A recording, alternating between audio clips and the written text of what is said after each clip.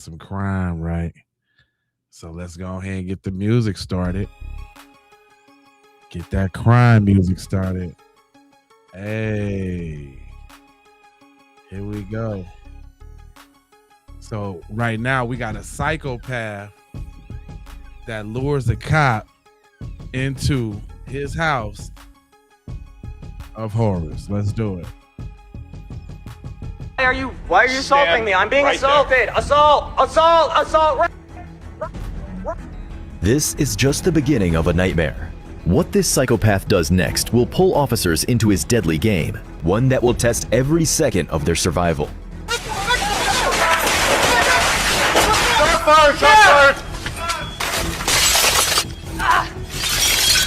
Jay, what up? I'm shot in the arm and the leg, Sarge. 3 officers hit. 1 down. 2 injured minor. Person was shot with a gun inside the apartment still. On December 31st, 2017, Douglas County Dispatch in Colorado receives a 911 call, one that will soon spiral into officers' worst nightmare. 911, what is the address of the emergency? Douglas County, Colorado. Alrighty, what's going on there? This guy invited me to his house. He was like kind of like move in, and that he like totally freaked out on me. And he kept coming at me, and I put a laser in his eye because I appeared for my health and my safety. Like he was at me. So what was your name? My name is Matthew Reel. Fearing for his safety, officers are dispatched to 37-year-old Matthew Edward Reel's apartment. However, within seconds of arriving, something about him feels deeply unsettling.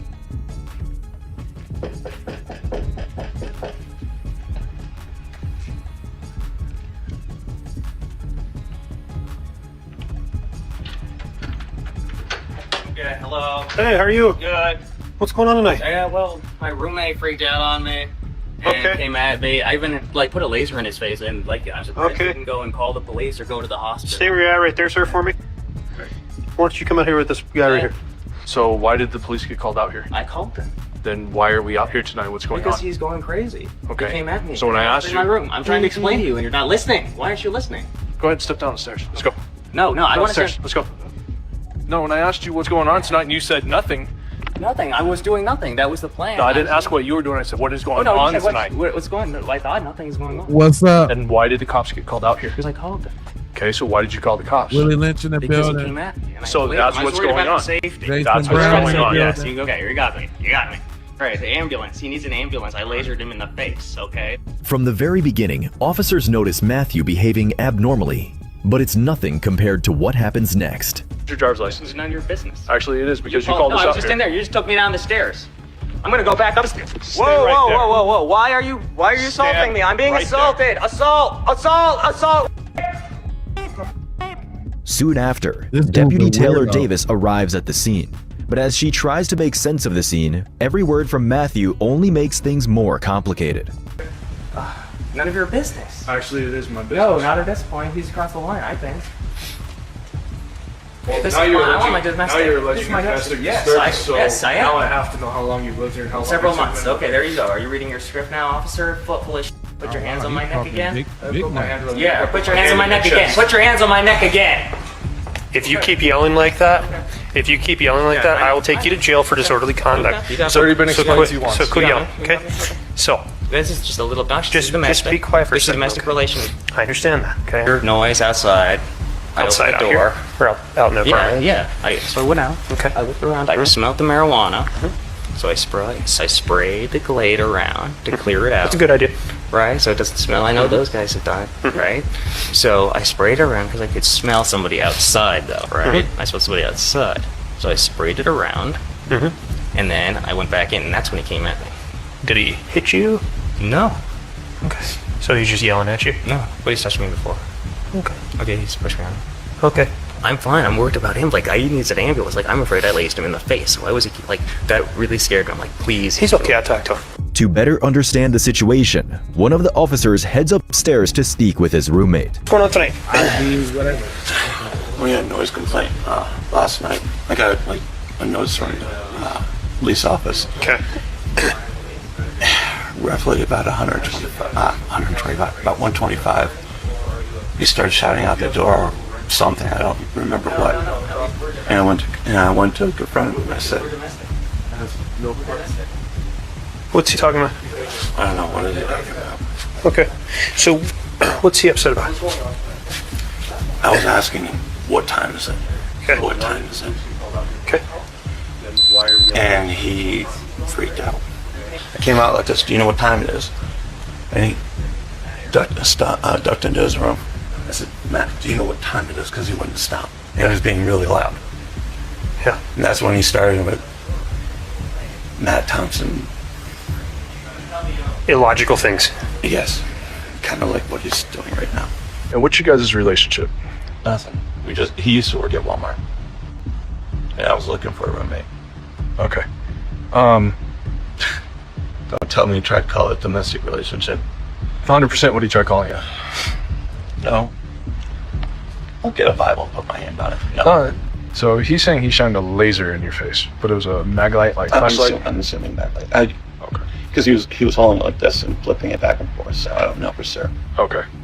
After finding no evidence to support Matthew's allegations, officers clear the scene and ask him to cooperate before heading back to the station. All right, Matt. Unless there's anything else you need to tell me tonight, we're clearing out of here. You're clear to go back up. Is he just going back to bed? He's gonna get ready for work and leave. I'd recommend for you just. When I get ready. If I can finish talking, I'd recommend for you just to go up, go to your room until he leaves, and just get that distance tonight. Okay? All right. Anything else for us? No. All right. We're out. What they don't know is that Matthew isn't done yet, as the night turns upside down when Matthew makes another 911 call, one that will soon escalate into something far more dangerous. Seatbelt of your emergency. I need to file a restraining order, an emergency restraining order against my domestic partner. Has this been physical? I knew they was. I knew they was. All right, so last time, yes. He came at me, and the deputies were here, and I'm really worried. They didn't even arrest him, and he's pushed me around before, and I told them. Well, my deputies are headed your way right now to talk to you about getting an emergency restraining order. Thank you so much. Thank you. Bye. Bye-bye. Minutes later, officers return to the scene. Outside, items lie scattered below the window, hinting that something violent may have unfolded inside. Officers move in cautiously, knowing a single mistake could make things worse.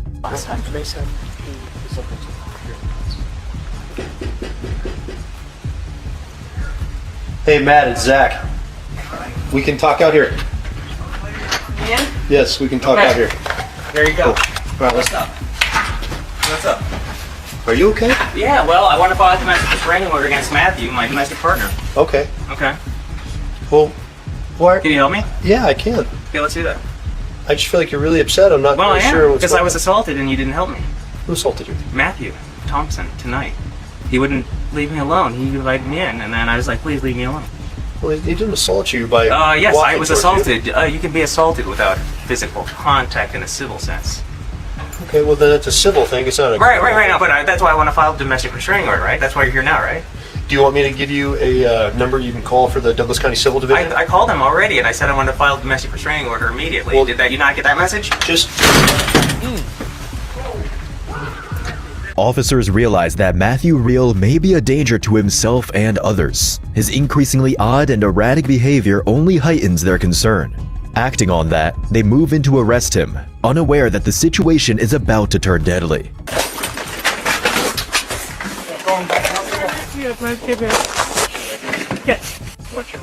Matthew, come out!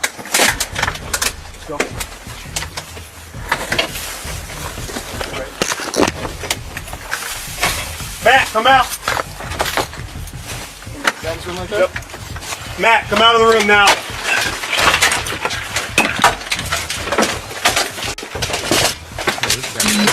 Ironing board. Matt, open the door!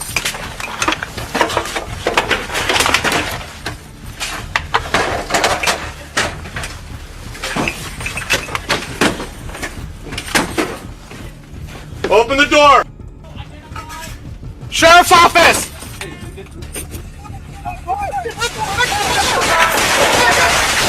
Shot fired! Shot fired!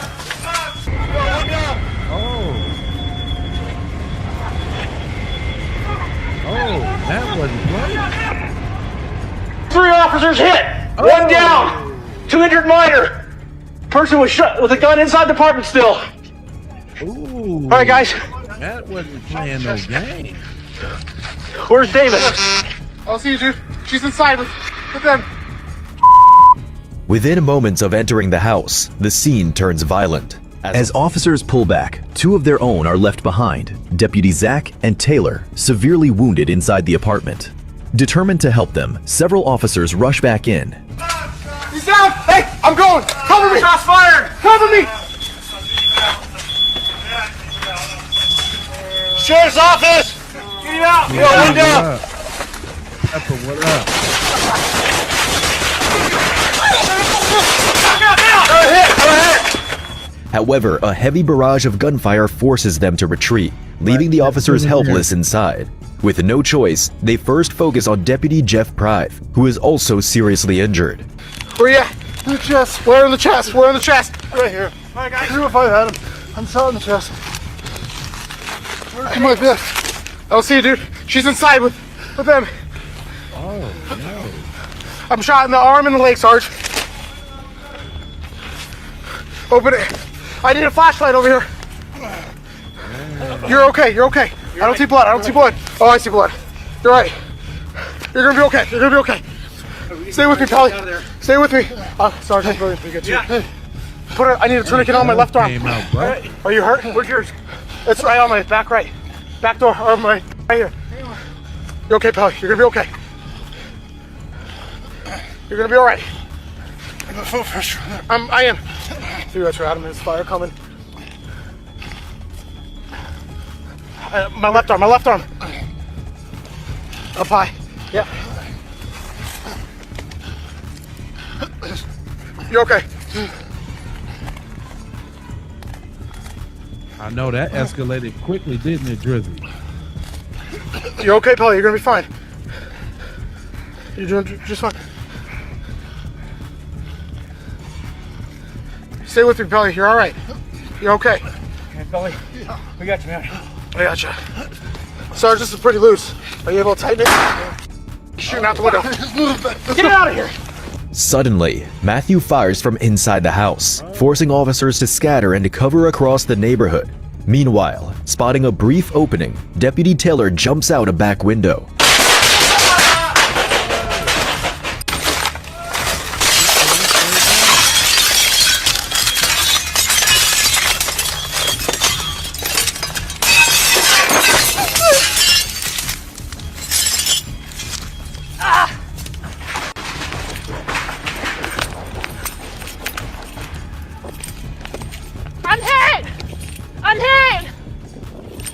Another one? Blue! Coming around! Blue! I'm hit! I don't know where, I don't know how much. I went out a window. Where's Parrish? Parrish on this side. Parrish on the inside. Parrish is in? Right there. One inside. Okay. Parrish is still in there. Parrish is still in there? Where's the hit? Oh, my chest. Okay. In no time, injured officers are quickly rushed to the hospital. Ready? 1, 2, 3. We got you. Get him over here.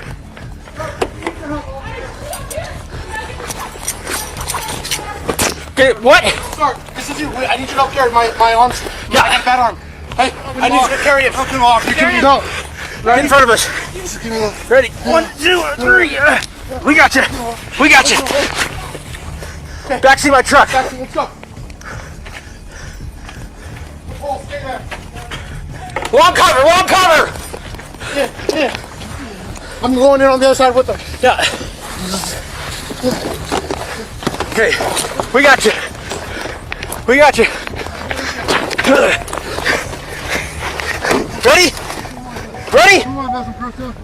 Yeah, go. While the wounded officer is sent for treatment, the SWAT team arrives at the scene, fully prepared to take over the situation and rescue Officer Zach, who is still trapped inside. You got the door barricaded, it's the main door. Got the door barricaded? We flew through that, we kicked through it. Should you come in, the hallway to the right, that's his bedroom, that's where he is. Oh, they got Zach, can you hear me? He done turned Zach, up. can you hear me?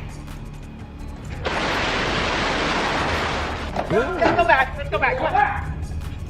Our officer's down inside. He's got a radio. Yeah, he letting on. He's got Parrish's radio. Harris, can you hear me? 309 Adam. I'm not getting any answers from our deputy. I can hear his radio inside. I can hear the suspect reloading.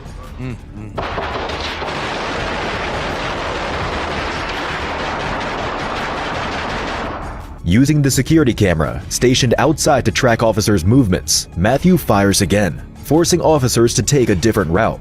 But he's popping off rounds every once in a while, so. And it sounded like it's going into the stairwell. So, you guys are gonna have to be quick going up, just so you know. But, so basically with I'm all the way down. He's on the other side. yeah, he's on the other side. We're on the south side of him. So which way is he shooting? There you got. Let's get. Here you go, Brent. All right. On the north side, there's a balcony. Door faces south, and he's shooting through the exterior wall south along that stairwell. Instead of going in through the front, officers shift their plan. They scale the neighboring balcony instead, knowing a direct approach would tip Matthew off, making it even more difficult to rescue Zach. Oh, I don't know if Zach made it. You glued.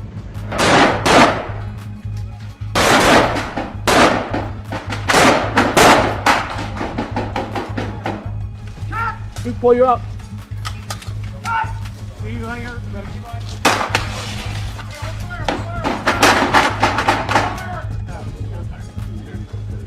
Man's got the firepower.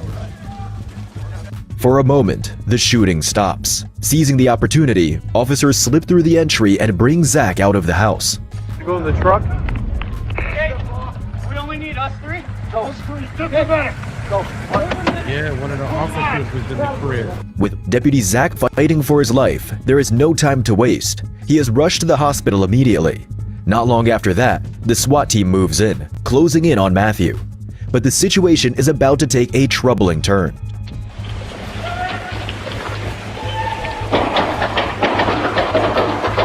Third drive. Ooh, he banging it out. Ooh, what's that?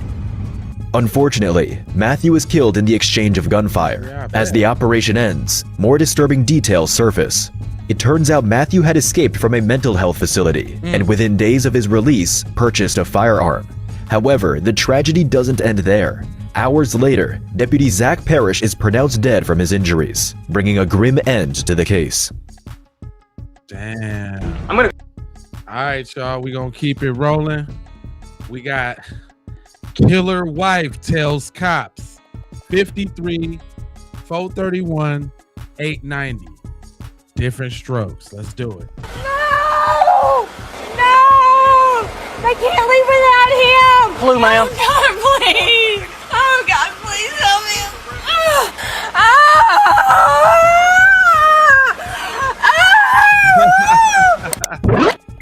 The woman currently having a meltdown is 51-year-old Cheryl Coe. Just 30 minutes earlier, Cheryl shot a home intruder directly in the chest, leaving him bleeding out on her bedroom floor. It wasn't until Cheryl turned on the lights that she realized this intruder was actually her husband of 4 years, 48-year-old Luther Luke Coe. I fell asleep, and then I heard somebody come in the door yelling, and I didn't know what else to do. I just grabbed the gun like he's always told me to. I shot the gun twice. And the second time he said I shot him. And I realized it was him when I heard him speak. But was this really an accident? The drama began on June 23, 2021, when Cheryl called 911 to report the shooting. Deputies from the Coweta County Sheriff's Office were immediately dispatched to her home, about 50 miles outside of Atlanta. I didn't read the notes, man. I didn't either. Something about gun went off. The deputies were met with silence as they entered the garage and checked the backyard. They're back here. But as they made their way into the home, both Cheryl and Luke could be heard calling out for help. Sheriff called me. Sheriff called! To the left! We're here. Bedroom! Where's the master bedroom? All right. Okay, the officer's here! Inside the master bedroom, Luke was on the ground writhing in pain as Cheryl pressed a towel against his gunshot wound. But for some reason, it sounded like Luke didn't want her help. Stop! She told me to keep pressure on it. Yes, keep pressure on it. Keep pressure on it. Is there anybody else here? No, it's just that. Sir. Lay down. Lay down. I know. Lay down, bud. Baby, please. Put that. Yeah, keep that on there. Keep that on there. When Luke sat up, the deputies could see a large gunshot wound on his left rib cage, bleeding severely. I know. Did you tell him 1018? Can't breathe. I needed to get tested by him quick. All right, EMS is pulling up. While they waited for EMS, the deputies noticed 2 bottles of lubricant on the nightstand, an empty cup knocked over across the room, and a 9mm handgun on the right side of the bed. Cheryl pleaded with Luke to keep breathing and to stop moving away from her. Keep breathing. Don't move away from me, okay? Please. It seemed that Luke's ability to talk was slowly fading. Thankfully, it wasn't long before the EMTs arrived, and they rushed to save his life. All right, ma'am. This way, ma'am. We're going to go in here and sit down, okay? Please. Please, no. Please.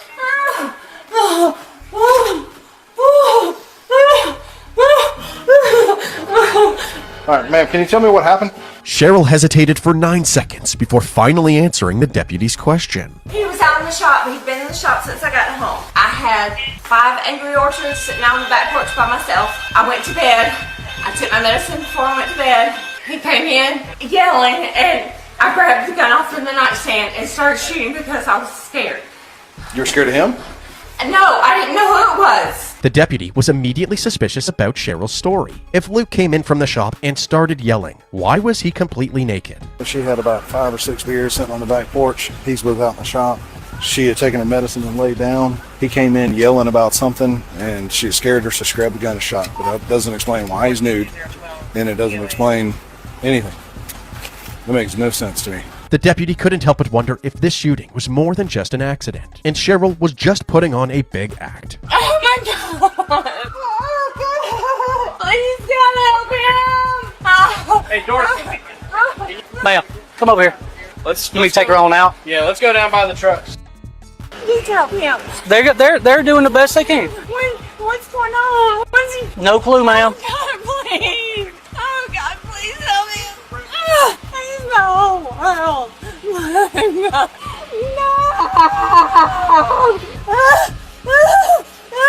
What? Where is he? Why do they have this stretcher in there? Oh my God! Please get him out of here! Oh God! The reason the paramedics haven't brought Luke to the ambulance is because just minutes after EMS arrived, he was pronounced dead. Eventually, the paramedics stepped out onto the front porch, and Cheryl immediately questioned why they didn't bring Luke with them. Why are they all out here? I'm here with you. Come in with me. No, we can't go in. We can't go in. Why are they all We cannot go in. Oh God, please! Just have a seat. Oh please! Why are they all out here? No. Why are they all out here? I just want to know what's going on with my husband. I think you already know what's going on. No, I don't. Why is it faster? Since Cheryl was the prime suspect in Luke's death, the deputies decided to wait for the Crime Investigations Unit before breaking the news that Luke was dead. But the longer they withheld this information from Cheryl, the more hysterical she became. No! No! No! No! No!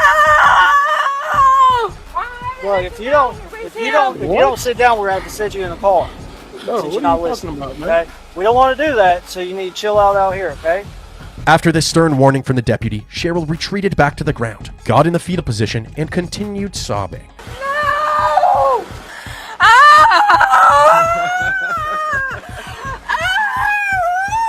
The deputies didn't seem fazed by Cheryl at all at this point. They casually made small talk while her cries of anguish carried on in the background. Unknown problem. Person down at Golden Corral 605. I can't do this without him. Can't do the Golden Corral. Oh my God! Too many hands around it.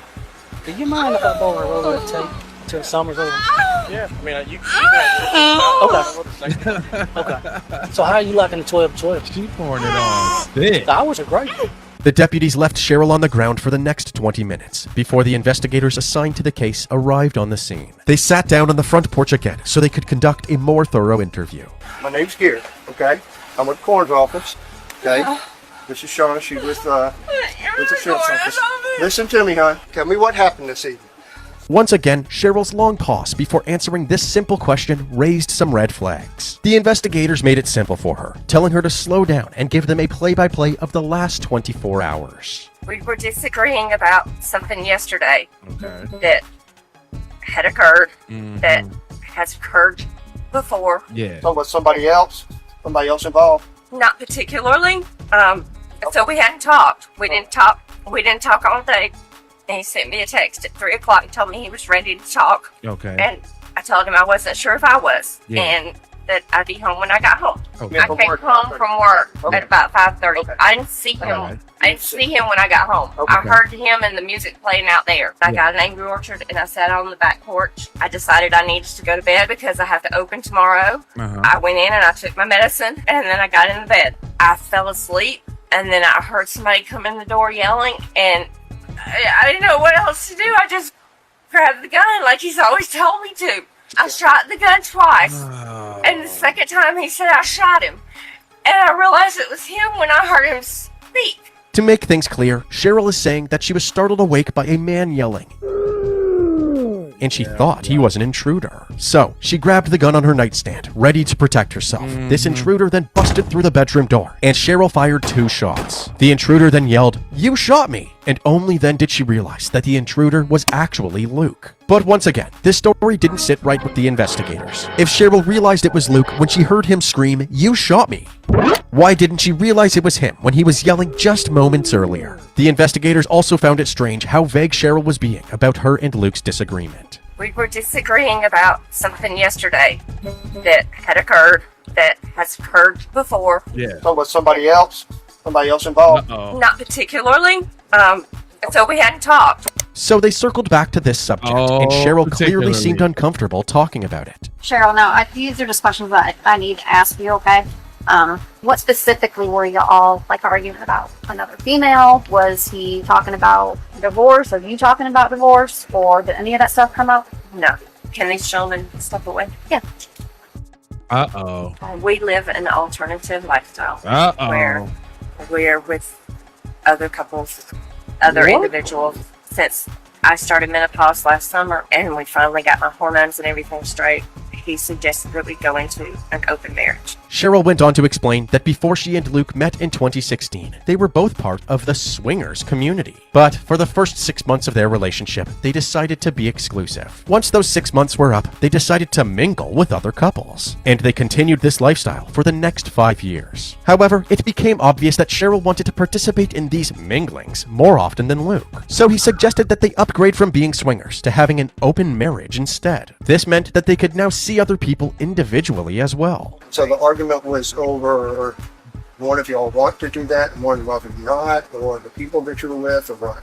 Because of where I work and because of what I do, I try to keep everything extremely private. He has misspoken numerous times about the life that we live to people that he doesn't need to talk to about it. Going back and saying things about conversations that I thought were private conversations with him. I accused him of stepping over that boundary again, and he got very upset with me. I asked him to send me a snapshot of the conversation.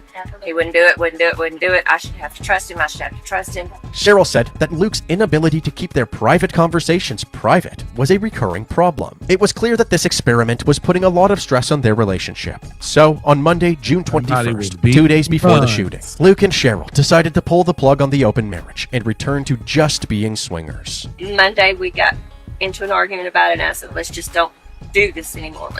Ever since we started the open marriage, it's been an issue. He sent a message to the women that he was talking to, the friends of ours that he was talking to, and told them that we decided that wasn't a good idea. However, the next morning, on Tuesday, Cheryl suddenly had a change of heart. She told the investigators that she and Luke had another talk, and they decided to open things up once again. On Tuesday morning, we talked about it some more. We decided we would try it again. I sent a message to the 2 women that he had sent a message to, apologizing to them and telling them that it was just me overreacting and that everything was okay. It wasn't clear why Cheryl did a complete 180, but the investigators didn't want to pry too much and make her feel like a suspect, so they changed topics. Cheryl, I just got another question for you. What was your husband wearing when he was shot? He was naked. Do you know why he was naked? Probably because he got grease all over his clothes and he took them off in the lunchroom. Okay. Does he normally come to bed with no clothes on? Yes, we sleep with no clothes on. Okay. When you were in bed this evening, did you have any clothes on? No. So when did you put some clothes on? When I knew 911 was coming. I was holding that on him and putting clothes on at the same time. While I was on the phone with 911, I was like holding that with one hand and putting my clothes on with the other because I knew that the EMTs were about to be here and everybody was about to bust up in the house. The investigators were in disbelief that Cheryl, who works in the medical field, would prioritize putting clothes on over keeping pressure on her dying husband's gunshot wound. Once they finished their initial questioning, Cheryl curled back up into a ball and rocked back and forth. Uh-oh, the cry. Alligator tears. She did this for about 2 hours straight before another investigator came over to speak with her. Hey, Cheryl. Cheryl. Yeah. Hey, I'm Jason with Investigations. Could you step inside and sit at the dining room table so I could talk to you for a second? We're just gonna go right in here and sit down at the dining room table, okay? Cheryl eventually followed the investigator inside, where they swabbed her hands for gunshot residue and collected a sample of her blood. She was then given an opportunity to call her mom. Mom. No, she's doing the alligators. This is more than crocodile. No, it's not. No, it's not okay. The investigator paid close attention to Cheryl's conversation as she broke the tragic news. The details Cheryl told her mom all seemed to align with the story she gave the investigators hours earlier. The bedroom door flung open and I just grabbed my gun and shot because I didn't know what to think. All I heard was the door slam open and it woke me up and I just grabbed my gun and I shot. No, Mama, I'm sitting here with a bunch of detectives and crime scene investigators and everything else. They've already taken Luke's body off. I can see him. However, at some points in the conversation, Cheryl's overwhelming grief seemed to affect her ability to speak English. Cheryl's phone was collected as evidence, and she was taken down to the Coweta County Sheriff's Office. Cheryl ended up taking a nap on the ground of the interrogation room for about an hour while she waited for the detectives. Okay. I know I introduced myself earlier, but we talked. Investigator Wade, and this is ADA Parrish. Okay, he's with the DA's office. Throughout the course of this interview, the detectives learned that over the past year of being in an open marriage, Cheryl and Luke ran into a lot of jealousy problems. So, they had to set up multiple boundaries to try to mitigate these feelings. The most important rule was that they had to get approval from each other before doing anything physical. However, almost every week, new rules would be added and things were constantly changing, which led to a lot of fighting. The constant arguments, along with Luke's disregard for Cheryl's privacy, is why they temporarily paused their open relationship 2 days before the shooting. They agreed not to see anybody for the next week and focus solely on each other, but this didn't last very long. Later that same day, Cheryl texted Luke from work trying to change their plans. Up until this point, she had been seeing 2 other men, and she wanted to see both of them one last time later that night, before spending time with Luke.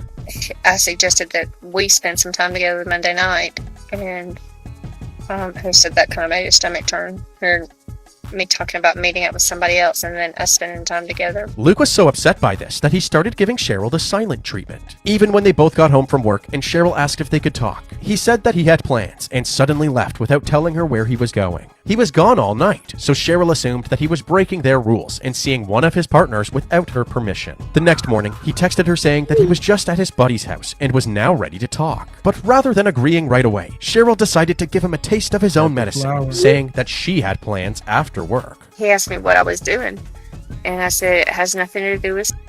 I said I'm just going to do some me stuff, which because he was so elusive the day before about telling me where he was going, and he didn't tell me at all. I just left him hanging on it. I was taking stuff back to the UPS store to send back to Amazon and going to the grocery store. But did you kind of want to make him think that you were doing something to kind of? No, I just because yesterday when I told him I wanted to sit down and talk, he said he had plans. So today when he said he was ready to talk, I said I had plans after work. And if it wasn't too late when I got home, that we would do it. that we would talk. I was going to go get my nails done, but I decided to just forego that and go on home so that we could talk. And he stayed up in the shop. So, Hey, we already know she killed him, right? But is this not the whore of Babylon or what? She had two dips. She had two side pieces. She wasn't playing no games. So how did that make you feel when you came home and expecting, kind of talk to each other, and he just kind of stayed out in the shop, I guess, with his son?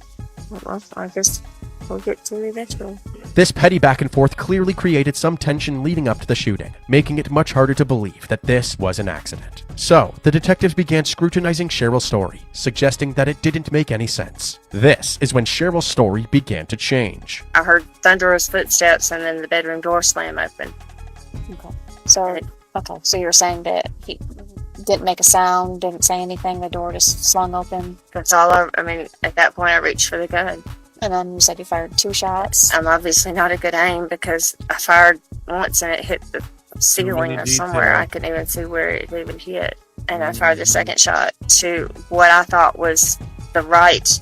I thought I'd be hitting the TV more than anything else because I was trying to get Luke's attention out there more than anything so that he could come in and take care of it because I'm not that good of a shot. It seemed that Cheryl was trying to strategically alter the details of her story to make herself seem more innocent. For example, it was suspicious that she didn't recognize Luke's voice when he first came into the house yelling. I fell asleep and then I heard somebody come in the door yelling. So she adjusted this statement, now saying that she didn't hear yelling at all. She only heard thunderous footsteps. I heard thunderous footsteps and then the bedroom door slam open. So you're saying that didn't make a sound, didn't say anything, the door just swung open? That's all I mean, at that point I reached for the gun. Additionally, her initial story was that she shot the intruder to protect herself, implying that harming the intruder was intentional and deliberate. But now she was saying that her gunfire was not intended to inflict any harm. She was just firing warning shots, hoping Luke would come to her rescue. I was trying to get Luke's attention out there more than anything. Cheryl also provided new information about Luke's drinking habits and claimed that he often became aggressive while under the influence. Just recently, he was talking about not doing that anymore because he did things he shouldn't when he was drinking. Now, would you be angry or get angry when you would drink? Would you verbally abusive? Oh, yeah. No, They he would get more abusive. passionate and more aggressive. The detectives didn't want Cheryl to control the narrative, so they began calling her out for her inconsistencies. So when I talked to you previously, you stated that somebody slung that door open and they were shouting and screaming, and remember I asked you, you didn't recognize if it was your husband's voice or not? And what did you say? Do you remember what you said to me? At this point, no, I don't. You had said that you were too dazed, and didn't really know who was screaming and yelling or what they were saying. So now you're telling us that somebody slung open the door and didn't say anything until you fired the second shot, and then he said, "You shot me," and then you realized that it was your husband.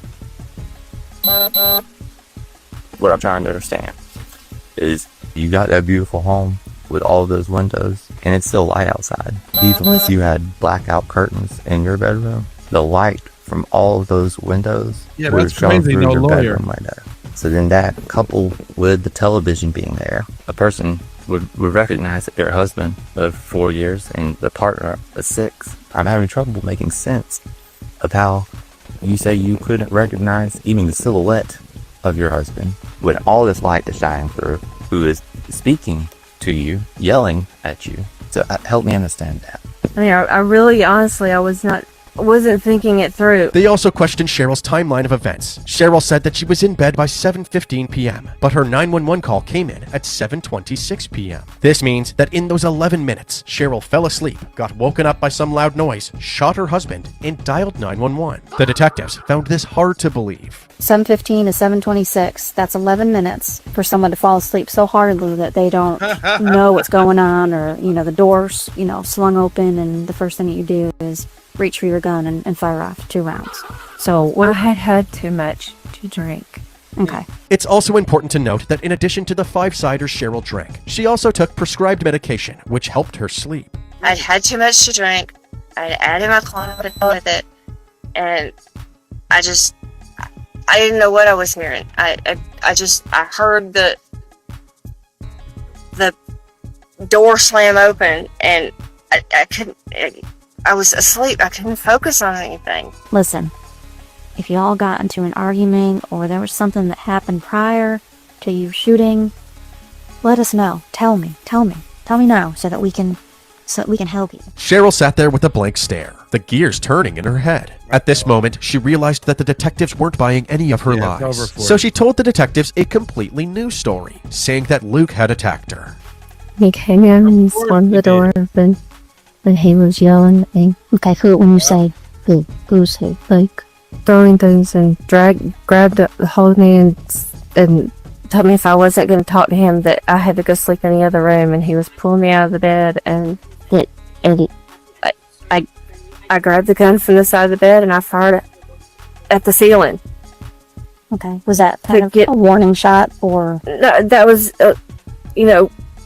I'm scared because he scares me sometimes, especially when he's been drinking, and I don't know whether he'd been drinking or not. They were both supposed to be warning shots.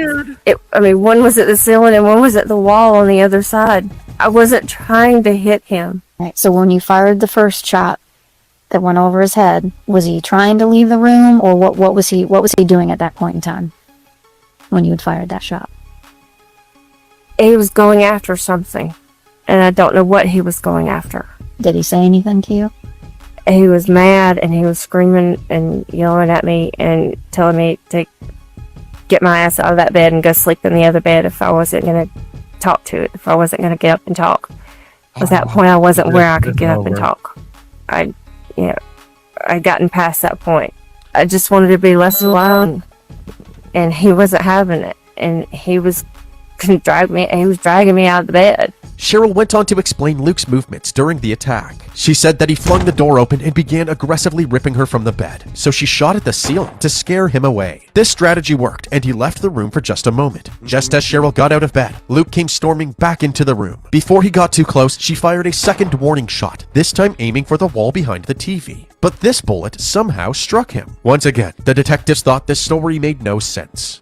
The TV was far from where Luke was standing, and based on the trajectory of the bullet, there was no way Cheryl shot Luke from this angle unless she could somehow curve the bullet's path. Additionally, while this interview was taking place, Luke's body was undergoing an autopsy. The skin directly surrounding Luke's bullet wound had a muzzle imprint from the gun Cheryl had shot him with. There was also stippling from the hot gunpowder striking and embedding in Luke's skin, confirming that the gun was less than 6 inches away from Luke when it was discharged. In other words, Luke was shot at point-blank range, and Cheryl's story was a total lie. The detectives also pointed out that during one of Cheryl's earlier statements, she said that girl. Luke had never put his hands on her. He's never laid a hand on me.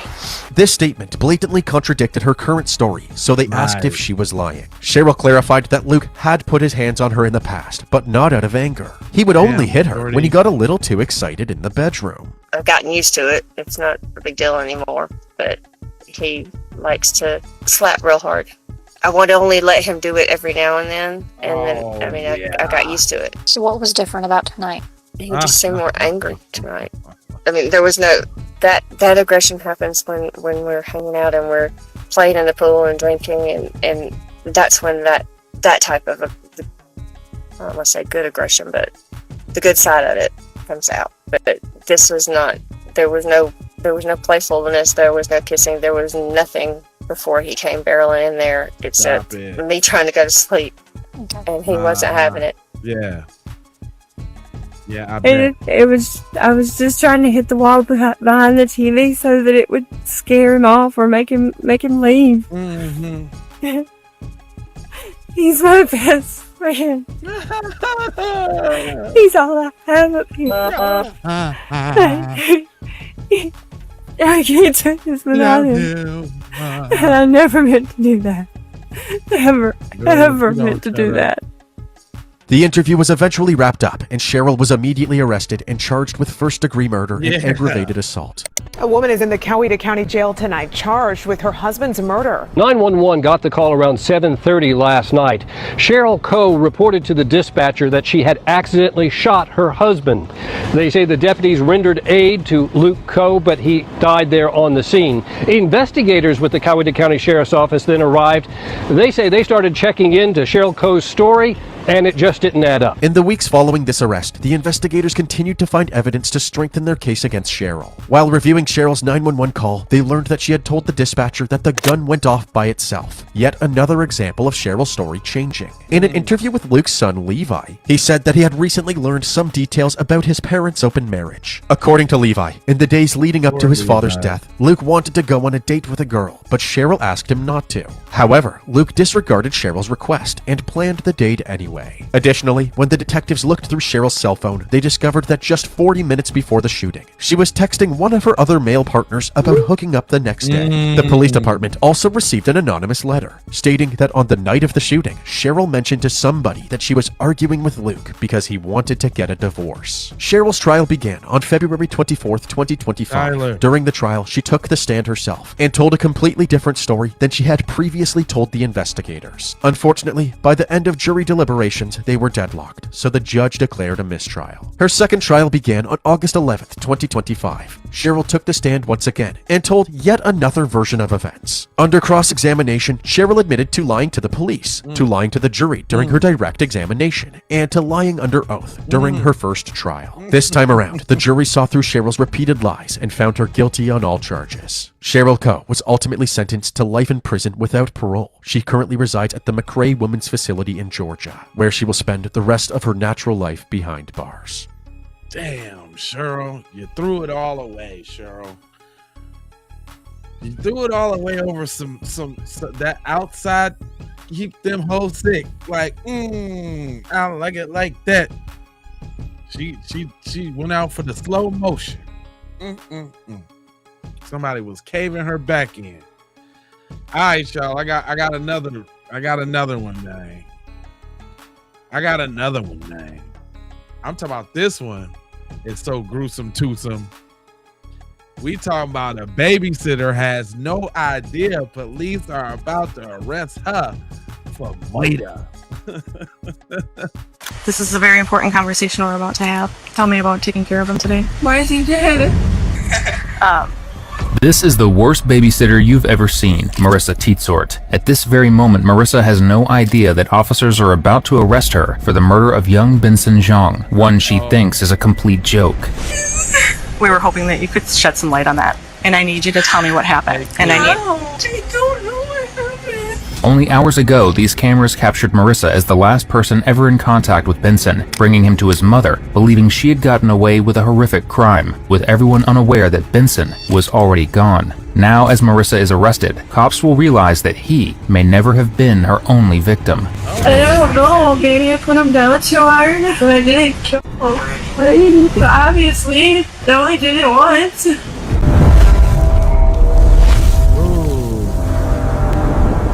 It was the night of October 18th, 2018 in Wausau, Wisconsin, and Heather Gardner had just picked up her children from the babysitter. With a long list of errands still ahead of her, she stopped by a local laundromat to wash and fold clothes. Accompanying Heather is her sister, Jessie, and Heather's two children, 2-year-old Jathan and young Benson. It's a cold night, and Benson is bundled up in a thick snowsuit, asleep in his car seat with a hat covering most of his face. At first, Heather doesn't think much of it and lets him sleep. But only a few minutes after they walk inside, something doesn't feel right. While playing with Jathan, Jessie notices that Benson hasn't moved once since the drive over. He is awfully still, which is quite unusual for someone at his age. Jessie calls for Heather, and as she reaches over to check on him, she is met with every parent's worst nightmare. Benson is unresponsive. Heather doesn't even process what's happening before her body reacts while Jessie grabs the phone and calls 911. I'm counting 911. Please, we're at the laundromat on the corner of 3rd and Union. Please, at the corner of the laundromat on the corner of... Stop. As soon as the ambulance arrives, officers rush to perform life-saving measures on Benson. But tragically, Benson is declared deceased. At that moment, officers don't know what to make of the situation, whether they're dealing with a tragic medical emergency or the beginning of a homicide investigation. Then Heather tells them one detail that changes everything. Just a few hours earlier, she had dropped Benson off at the babysitter's house alive and healthy. Whatever happened to Benson happened during those few hours, and she already has a pretty good idea of who to blame. Wait a minute. Ain't no way I'm about to leave a daycare without knowing if my child breathing and moving. Because if they sleep, I'm trying to see if they breathing. I'm twitching them, moving them, take the pacifier out their mouth, something. That's crazy. But before that, if watching cases unfold like this one is your thing, subscribe. It's literally all we do here. We picked him up just now. Like literally, he could not. When we were walking in, he couldn't even. He was like so tired, he couldn't even open his eyes. And I said something when we first walked out of our apartment. I was like, Heather, why is he not waking up? I was like, is he alive? I'm afraid they did something to him too now. You know what I mean? Because I literally was like shaking him, like I was like, honey, and he would not wake up till I put him in the car seat and strapping him in. The babysitter's name comes up almost right away, Marissa Teetsort. And it's not the first time the officers on scene have heard that name. Marissa has been connected to other victims getting hurt while in her care before. I'm very sorry for what happened. Are you guys going to get her? We're gonna be going over to that house, okay? Please go, please. Like I have all the texts from her saying that she read and she was pushing us out the door. Okay. They were already packed up. What would you like to do at this point? I want to know what happened as to far my as baby. see, obviously, I want to know right. if he's been dead. I want to know if she gave him to me dead already and she Right. knew. So obviously our detectives want to meet with you and get all the detailed information from you. Would you be willing to come down to the police department and talk to the detective there, or do you want to stay here? I have my son here. You can bring your son. While Benson is taken from the scene, detectives start looking into exactly how Marissa is connected to Heather. Have you picked him up from there before and he's been sleeping? He's always sleeping usually, most of the time. By 9? Yeah, that's pretty late, so. Yeah. I mean, when I get done with work, sometimes it's not 10 till 10 or 11. Because I work usually at least 3:30 to 9, and then... And did you work today? No, I didn't. I was out running around and doing laundry. Sure. And then the reason why I didn't finish the laundry before I picked them up, she texted me earlier, and she said to me, I called my sister to come with me, to come help me. So this is your sister? Yeah, that's my sister. Because I couldn't do both kids and the laundry, you know? Sure. And JB was busy at the house. And so she said to me, my sister was just texting me and Kira's texting her. She just told me my name is on pilot review for the allegations of those 2 girls I was watching. So I have court and I'm not supposed to be watching any other kids. So don't say anything to anybody that I do yours, KK, or anything. We'll get in lots of trouble. KK girly and don't want to get in trouble, so don't tell anybody or anything. Are you paying her to watch your kid? I am. $40 a day and $80 a week. Marissa and Heather had known each other for some time, and Heather often trusted her to watch the kids while she's at work. $40 a day, $80 a week. So that's $280. I don't know about that. But Heather had no idea who she was really leaving her son with. The night after dropping them off, Heather receives a message from a relative telling her that Marissa had recently made local headlines in an abuse case. Alarmed and terrified, Heather immediately asks Marissa if it's true. Marissa casually admits that it is. In fact, she's not even allowed to babysit anymore. She then asks Heather to keep the arrangement a secret, knowing she isn't supposed to be watching the kids in the first place. With that information, all fingers point to one thing. Something is seriously wrong with Marissa, and the police need to find her fast before anyone else gets hurt. John? Yes. I was just going to be calling you. Yeah, we need to find out where the babysitter is, who it was, where they already have it. Marissa Teetsort.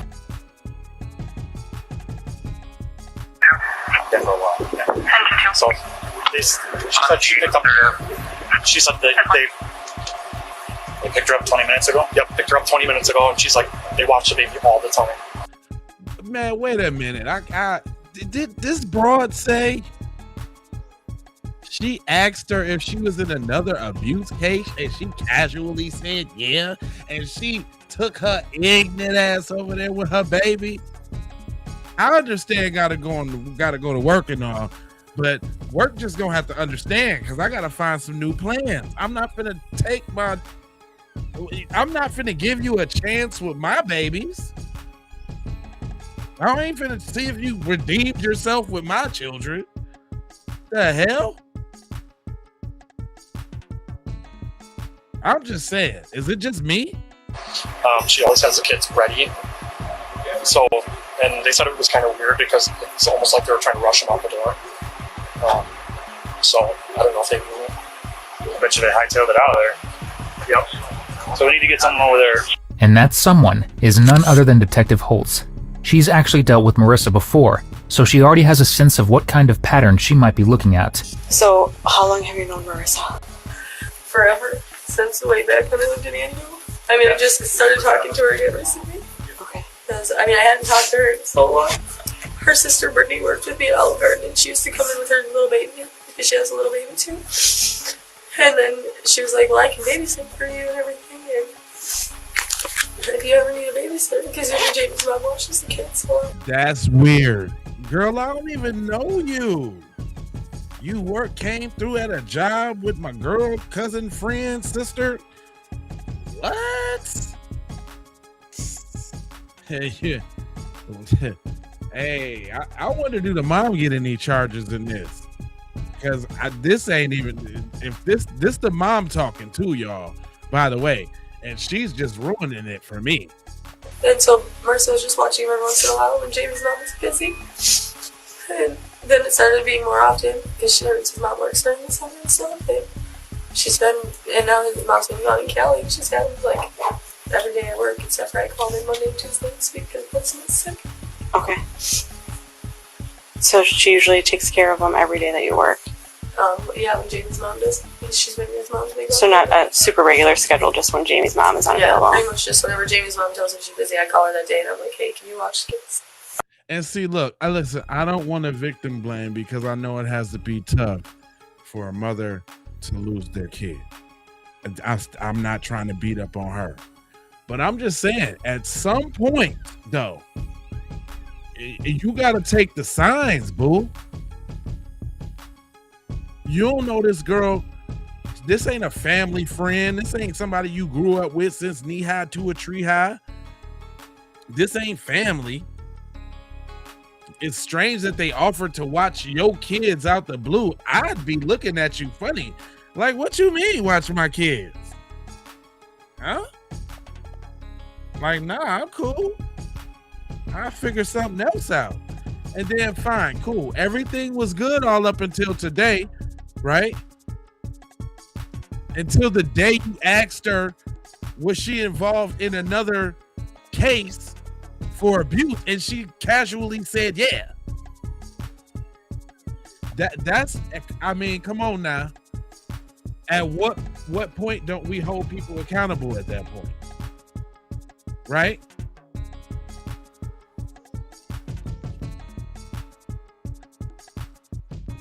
At what point? I'm just saying. All right, let's let it rock out. Okay. I mean, it's nothing like that we planned ahead of time, except for now, because Jamie's mom's gone, so she's been, we had planned on a price and everything per week. I think she was going to watch him every time. So when did she start watching him, like on a full-time basis? How long has Jamie's mom been in California? A week. So every day then? Or just the days that you work? Just the days that I work. And then today I didn't work. I was running around doing errands and laundry. And I asked her to watch me. And I said I would pay her the regular weekly price then, because I stayed home Monday and Tuesday. Okay. From work, she didn't have the limits. Okay. Today was my original, one of my original days off. And I just had a lot of stuff to get done because Benson's been sick and home. While Holtz is gathering background information on Marissa, Jesse mentions something that makes the situation even more urgent. I sent her a text too on Heather's phone, and when this was all happening, I shouldn't have done it. I shouldn't have. But I said, what did she say? She didn't say anything there. Sorry. Can you tell that she read it? I was just very angry. Was it like a Facebook message or a text? Or a text. It doesn't say sorry. No, it's sorry. I just was really angry and I was asleep. I was on Heather's phone and saw her name and I just couldn't. I'm sorry. That text changes the situation completely. If Marissa had already been accused of killing Benson, there's a real chance she now knows the truth is out and might try to disappear before deputies can reach her. But Detective Holtz needs more information before she can make a move. So tell me how you dropped him off. What was he dressed in? The same clothes he's wearing with the snowsuit. And his hat or anything? No, because he had his hood up on his vest and he had the hood up over his thing. His hat isn't always executive. Okay. And so when you took him there, did she like grab him right away out of the seat? Did Yeah, you she just was put the taking him out car of the carrier? seat when I was taking Jason's phone and stuff out. Okay. Because Jason always cries when we drop him off. And to answer your question, Jesse, I don't know. That's one of the things that we're going to find out. It seems so weird to me. Yeah, but she is never really there. But it was. But it was very. I know Marissa, and this is. And it was just weird. Something was really off. Marissa's history is already raising serious red flags, and when detectives pair that with the way she acted while handing Benson back to Heather, one thing becomes clear. Marissa is trying to hide something. If that's true, every minute detectives spend waiting is another minute she has to cover her tracks. So without wasting any more time, they head straight to Marissa's apartment. I don't think Marissa's gonna be just sitting there chilling. Open the door! I think y'all done missed that window.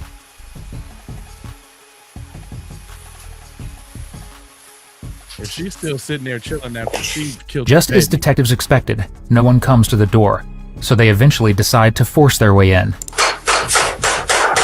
Police department, arrest warrant.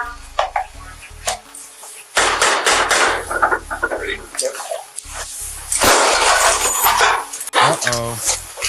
Left and right.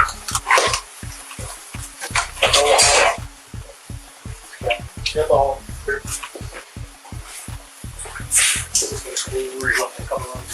It's a closet there, but I gotta really check this in the hole.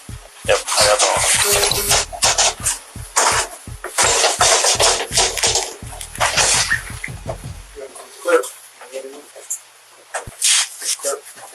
The apartment is empty. Officers search every room, but there's no sign of Marissa anywhere. With their only suspect gone, they begin looking for anything that might reveal where she went. And before long, one unusual discovery immediately catches their attention. Uh-oh. Wait a minute. It's unusual that they get washed right away. Doing laundry is the last thing you'd expect someone to do after someone dies in their care, unless they have something to hide. That immediately raises another question. Could something have happened on those sheets that Marissa didn't want anyone to discover? By now, detectives have more questions than answers, and they know the only person who can answer them is Marissa. Luckily, her phone is still on and giving off a signal, eventually leading them to her location. Detective Holtz gets it traced to a nearby hotel called The Plaza. Without wasting a second, officers head there, and at the room they're greeted by Marissa's boyfriend, Adam. Morning, Adam. Is Marissa here? What are you guys doing here? Please, Adam, just cooperate with us, okay? We'll explain everything in a second. Well, you already charged her. Adam, stay here. No, you guys are harassing the hell out of us. And she already got charged. We'll be at court. Why do you gotta come here? Well, because we need to talk to her about something new. Something new? Yeah. Marissa, I need you to wake up. Why are you here? Because we wanted to get away. We got it. From what? Everything. Isn't it against the law to come stay at a hotel room for the night? Can you get up so I can talk to you? Tell me about taking care of him today. Oh, I was just watching him and he was fine. Okay. What time did you start watching him?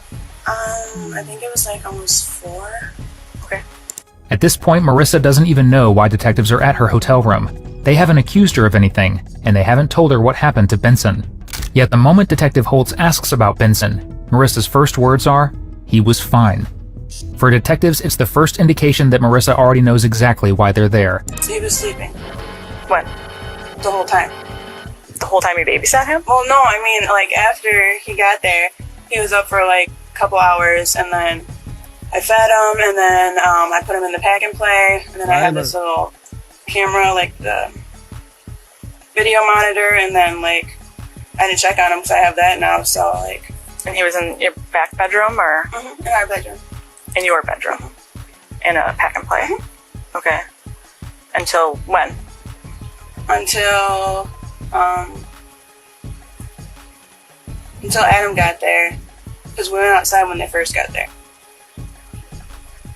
And then Yeah, when we first got there, we went outside and then put him in the pack and play and stuff, and then yeah. Are you okay? Yeah, I'm just like half asleep. It looks like Marissa didn't have time to fully rehearse her story, because as Detective Holtz goes back and forth with her questioning, Marissa forgets what she last said and begins to lose words. By that point, Holtz decides to stop beating around the bush and tell her the truth that Benson is dead. Marissa's reaction is the last thing anyone in that room expects. The reason we're here is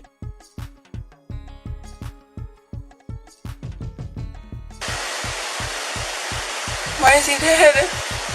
Behind the tears, a smile quietly creeps across Marissa's face, telling detectives far more than anything she said so far. we were hoping that you could shed some light on that. Winston. I don't know. Tyler. Marissa. That. And I need you to tell me what happened. I don't know what happened. This is the most important conversation you will ever have in your life. I'm telling you. I don't. No, you're not telling me. You didn't tell me last time, and you're not telling me now, and I need you to tell me the truth. Heather deserves to know what happened. I know. Where?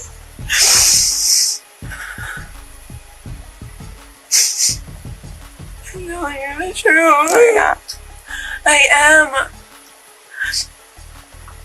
I don't know what happened. I promise.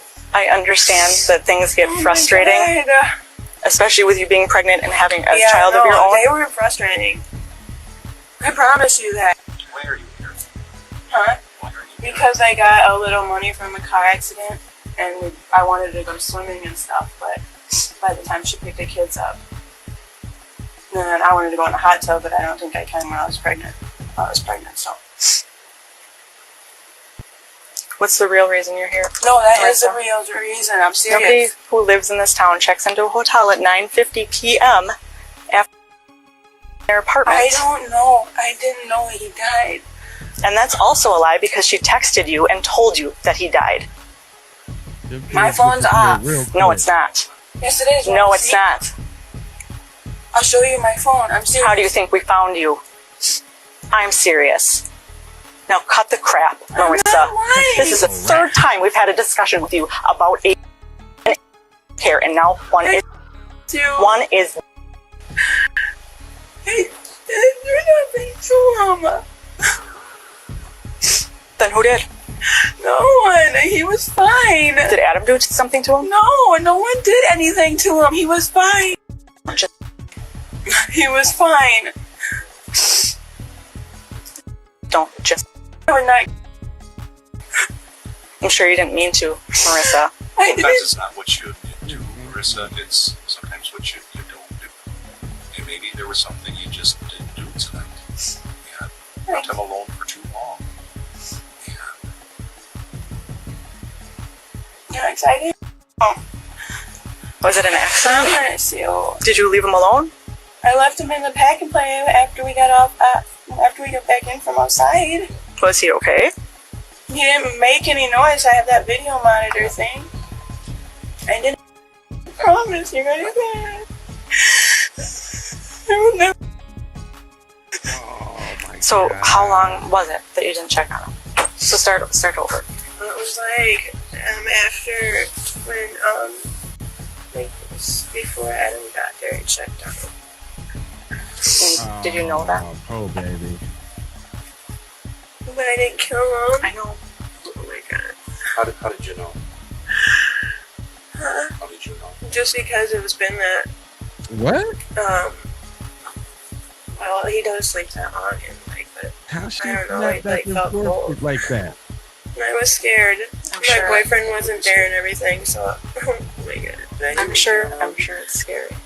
Marissa's reaction is unusually detached for someone who had been caring for Benson for the past several days.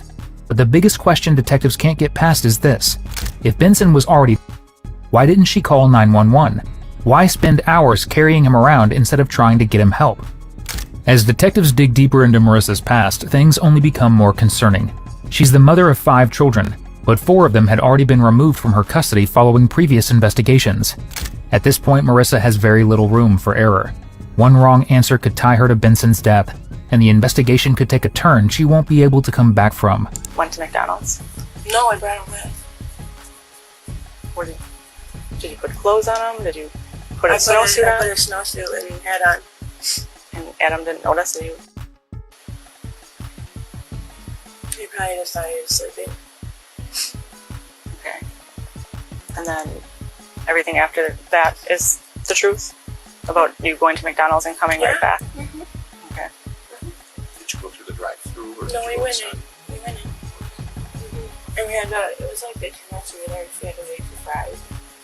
What was your thought process as far as when Heather came to pick him up? What do you mean? What did you think was going to happen when Heather came to pick him up? I don't know. Like, Did you think she wasn't going to notice, or? oh yeah, That she was or wasn't going to notice? she was gonna notice. How long have you two been friends? We've been friends for a little while. So why are you really here? Because we haven't been to a hotel since like my daughter was born. Nothing to do with what happened tonight. And I did want to go swimming in the hot tub. Okay. Because of my back, but then Adam's like, remember, you're not supposed to be in a hot tub. And then there was other people down there, and then he was sleeping. So How did you explain that to Adam? what? Coming here. I have to believe it has something to do with what happened at your house. No, I Like, said I would be back. pretty creeped My out back- if My back hurts. Did you get a text message? Do you remember getting a text now from Heather? From Heather's phone? From Heather's, yeah. What did it say? It wasn't from her, it was from her sister. What did it say? It said, my sister. Did Adam see that? No. Where were you when you got that message? I wasn't here, and he was in here, but I think he was like messing with the baby or something. So you guys share a phone? Detective Holtz works on breaking Marissa's story apart. Meanwhile, officers back at the apartment turn their attention to Adam. They need to find out whether he is just caught in the middle of all this, or whether he plays a bigger role than he's letting on. What time do you guys think you got to McDonald's?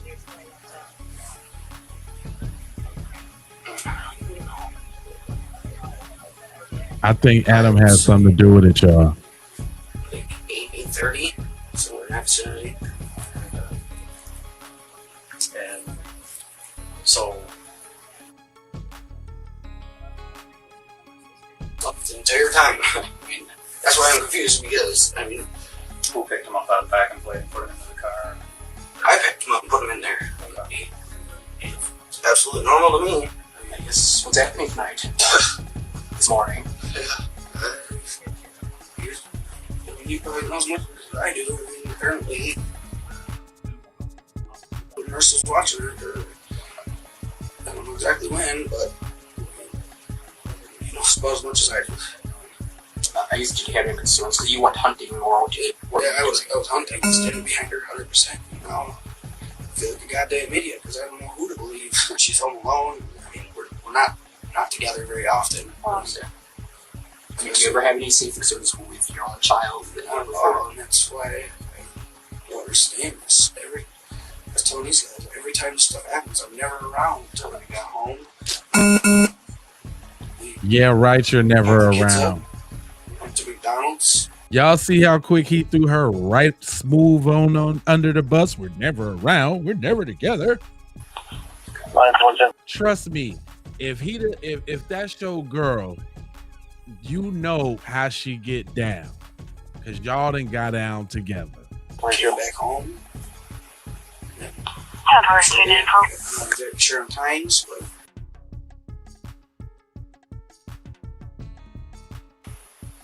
I came here. Adam, trying to protect Marissa, ends up making the worst mistake he possibly could. He tells officers that he was the one who placed Benson in the car seat, and that during the drive to McDonald's, he was moving around and fussing.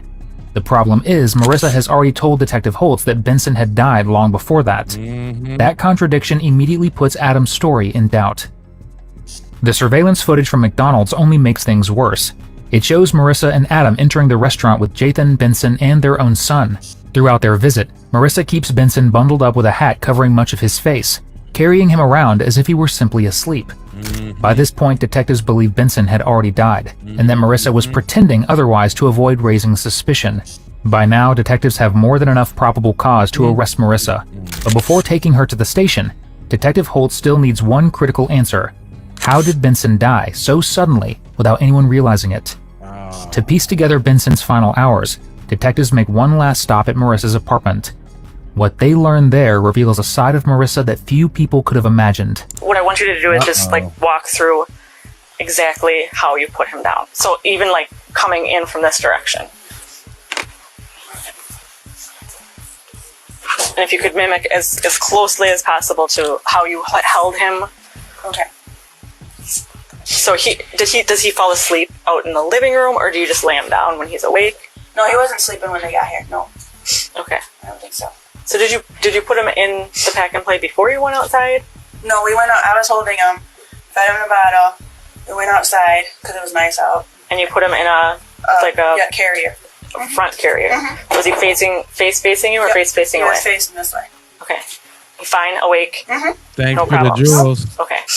And then you came inside after about an hour, hour and a half. Yeah, I'm thinking it wasn't an hour and a half. It might have been only an hour. Yeah.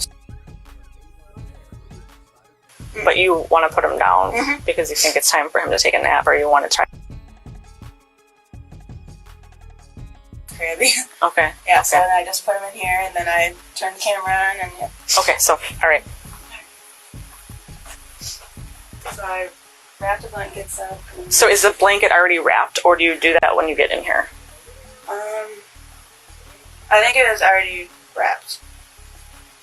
Yeah, I think it was already. I already wrapped it. But I put him in here and then put the blue blanket on. So when we were at the hotel, you were talking about like his face was to the side a little bit. Yep. Can you show me exactly how his head was? I know his body probably is It's not good. Right. This isn't. It's completely anatomically correct, but if you could just show like how his face was. I realized that his body was flat, and it wouldn't turn out like that. But it was was it to that side specifically? So to his I think right. so, yeah. Okay. Did he have a nook? No nook. Okay. Just the receiving blanket and then his blanket. So the receiving blanket was already folded up and laid down before you came in here. When would you have done that? I think I did it. I laid him on the couch, then did that, and then brought him in here.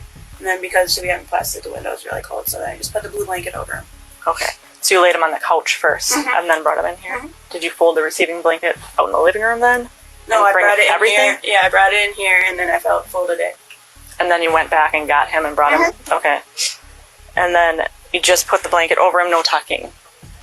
I don't think I tucked it. Okay. I don't think so. Okay, just kind of laid it over him. And he wasn't near a corner, he was in the middle. Yep, he was in the middle. And when you found him, exact same position, or was he different? I think he was in the same position. 1,000.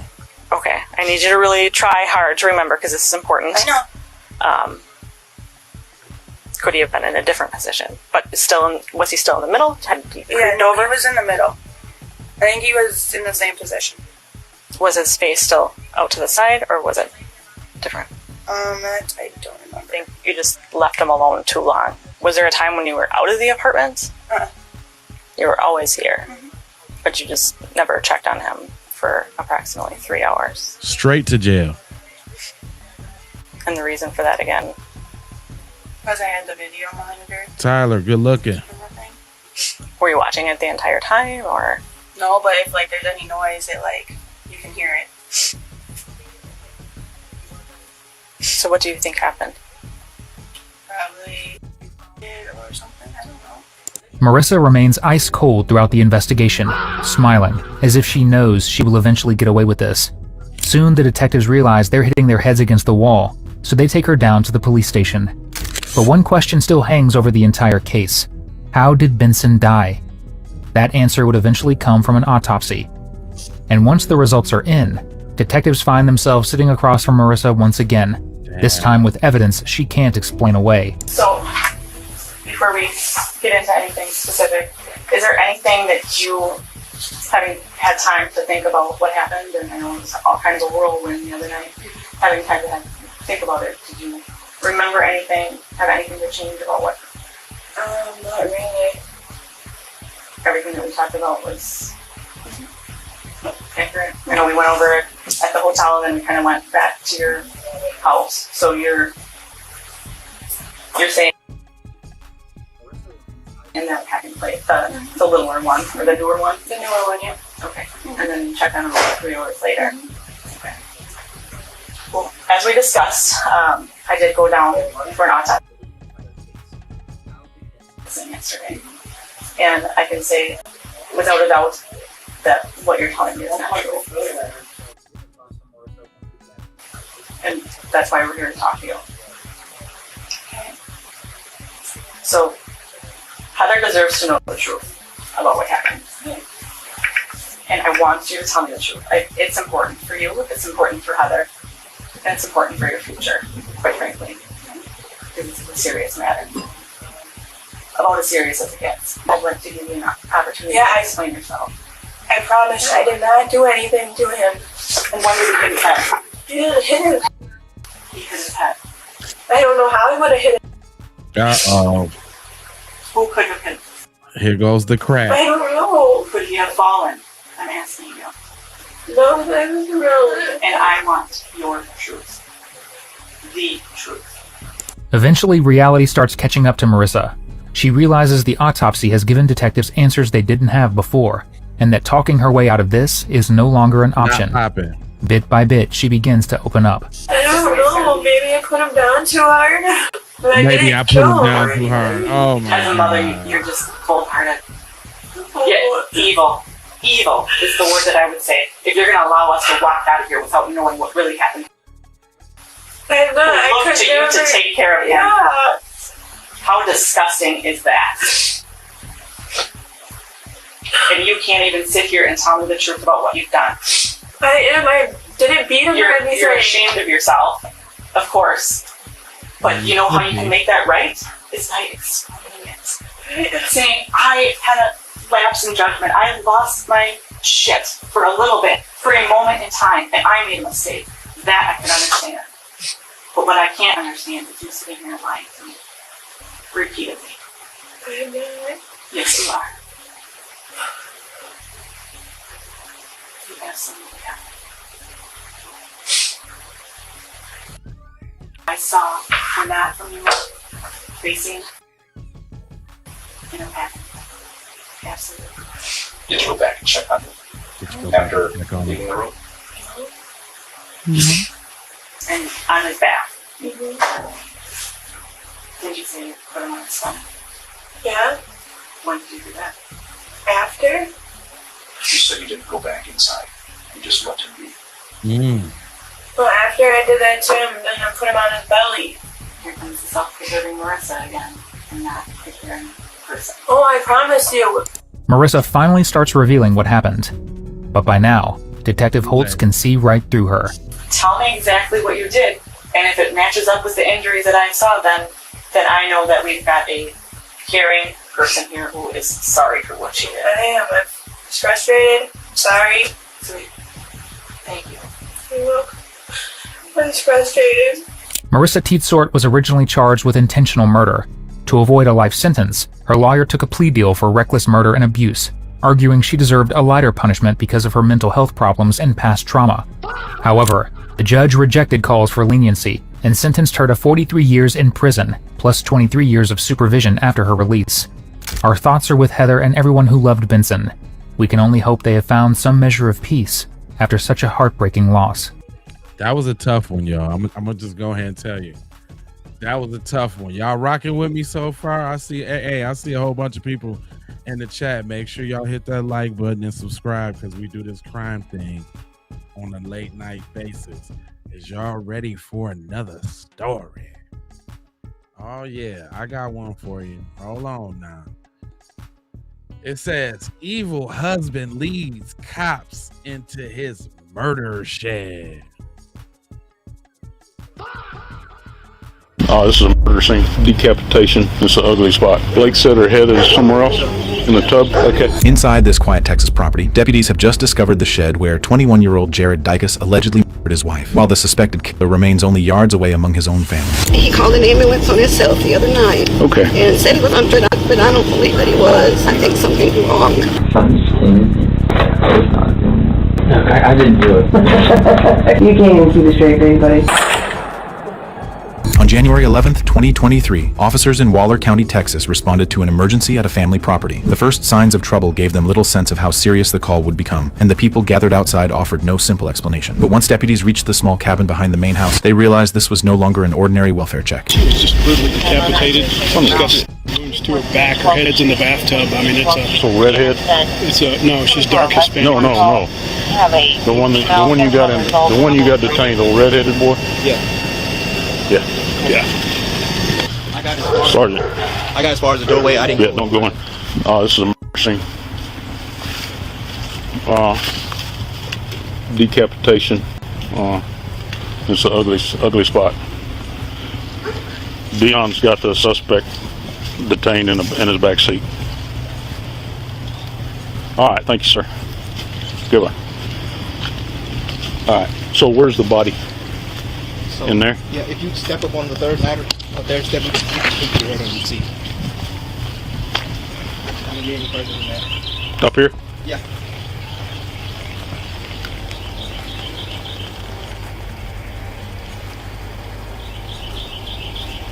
Blake said her head is somewhere else in the tub. Okay. Stay right here, Earl. Nobody goes in there. Inside the cabin, what deputies found made the young husband their immediate focus. The suspect was 21-year-old Jared James Dicus, and the victim was his 21-year-old wife, Angie Diaz. They had married only months earlier after meeting at her job, but before officers could understand what had happened between them, an earlier call from Jared would reveal that something had already seemed wrong. Waller County 911. Yes, this is Jared. I did a little bit of, I need help. I'm staying at 6 College Boulevard. Okay, and what's the problem? I just don't feel well. Okay, and you said you took this? No, ma'am, I'm completely sorry. I don't know why I called. Okay, and are you there by yourself? Or just somebody with you? Ma'am, my family's here with me. Oh, your family's with you, okay. Okay, so you don't... Everybody's here. Okay, but do you need an ambulance or no? Are you good? I need an ambulance. I got you. Okay, and how old are you? I'm 21 years old. 21, okay. Are there any gates or any animals on your property? There's dogs. Okay, can y'all put those up? Yes, ma'am, there are dogs. Okay, I got you. Jared, I'm going to have the ambulance on the way, okay? Okay, thank you. You bet, yes, sir. Bye-bye. That earlier request for help offered no clear explanation, but it showed Jared had already been struggling to describe what was happening to him. The more he corrected himself, the less certain the situation appeared, even as his family remained nearby. And yet, one call was not the end of it, as Jared soon contacted dispatch again with the same uncertainty. Waller County 911, what's the emergency? Yes, this is Jared. Hi, Mr. Jared. How can I help you? Yes, I'm at 206 College Boulevard. Yes, sir. We have EMS en route to you. Are you okay? Did something change? Yes, ma'am. No, I'm not okay. Okay, what's going on? I've just been today. I don't feel well, and I didn't do anything. I don't know. I'm sorry. That's okay. I have EMS en route to you. Okay, thank you. Yes, sir. Bye-bye. By the second call, Jared's repeated confusion was beginning to look less like a passing concern and more like a pattern. He still could not give dispatch a clear reason for feeling unwell, leaving responders with little they could act on. What happened after that call would matter later, because deputies were about to learn the earlier medical response had ended without a patient. 27. 27. So there's no safe patient confirmed use yesterday. That's clear. It's really muddy here. At this point, the earlier calls had raised concern without revealing what was unfolding on the property. With no patient confirmed during the previous response, there had been no clear reason for deputies to look any deeper. That changed when the family became aware of a much more serious problem, leading to the 911 call that would bring police back to the home. Waller County 911. Yes, ma'am. My name is Rodney Dicus. I need an ambulance and police at 206 College Boulevard. Okay, what's going on? I don't know everything, but my son's wife is... Please. Okay. Please, I'll stay on the phone with Okay, are you on location right now? Yes, ma'am. Yes, ma'am, I am. Oh, my God. Okay, where is he at? He's in my house. Okay, this is your house. They have a building on my property. Okay, and you said this is who to you now? She's my daughter-in-law. She's my daughter-in-law. Okay, it's a female? Yes. Okay. Where is she at in the house? Laying on the floor.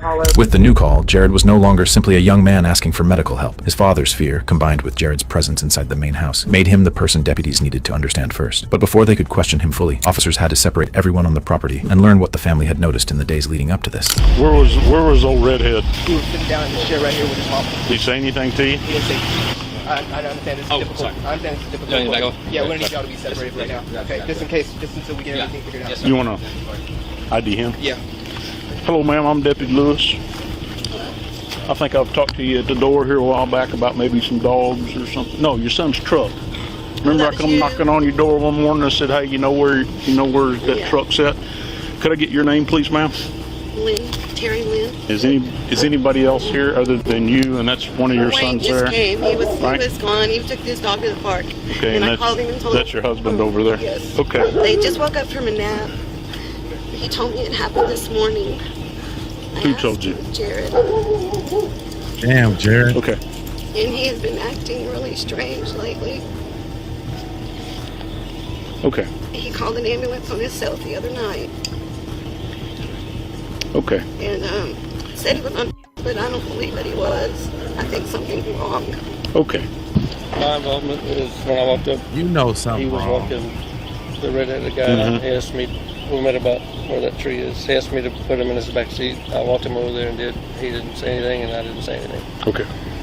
Thank you. I'm just identifying the folks that are here. I've been here. Have you ever been here before? I was here 48 hours ago. Okay. I've been here quite a few times. Oh, and he called the ambulance on himself? Yeah. And I need to go get with Daddy real quick. If you don't mind, I've asked them, they've been very cooperative, that they not go in the house while I'm over there talking to Daddy real quick. And So no one go in this house or the one that... Either nobody in this house. Nobody. I at least get my dog, put him on a leash and have him out here because they fight. And they don't have a way to separate it now. You just put him in there. Yeah, I know, but I mean... He didn't think he wouldn't be able to go in the house. Yeah, honestly. So you bring him out here, you're going to be able to tie him up where you're going to eat nobody? Yes, sir. Of course. Yeah. Promise. He ain't gonna, man, I'll go in with him. 10 guys with guns here. I'm not going to let my dog around. Okay. Thank you. After hearing the family's scattered accounts, deputies were beginning to understand how deeply everyone on the property was connected. Jared's father was reportedly well known around the close-knit Waller County community, where neighbors had known Jared since childhood, and even the county judge had recently married the young couple. Do you know these folks, Judge? Okay.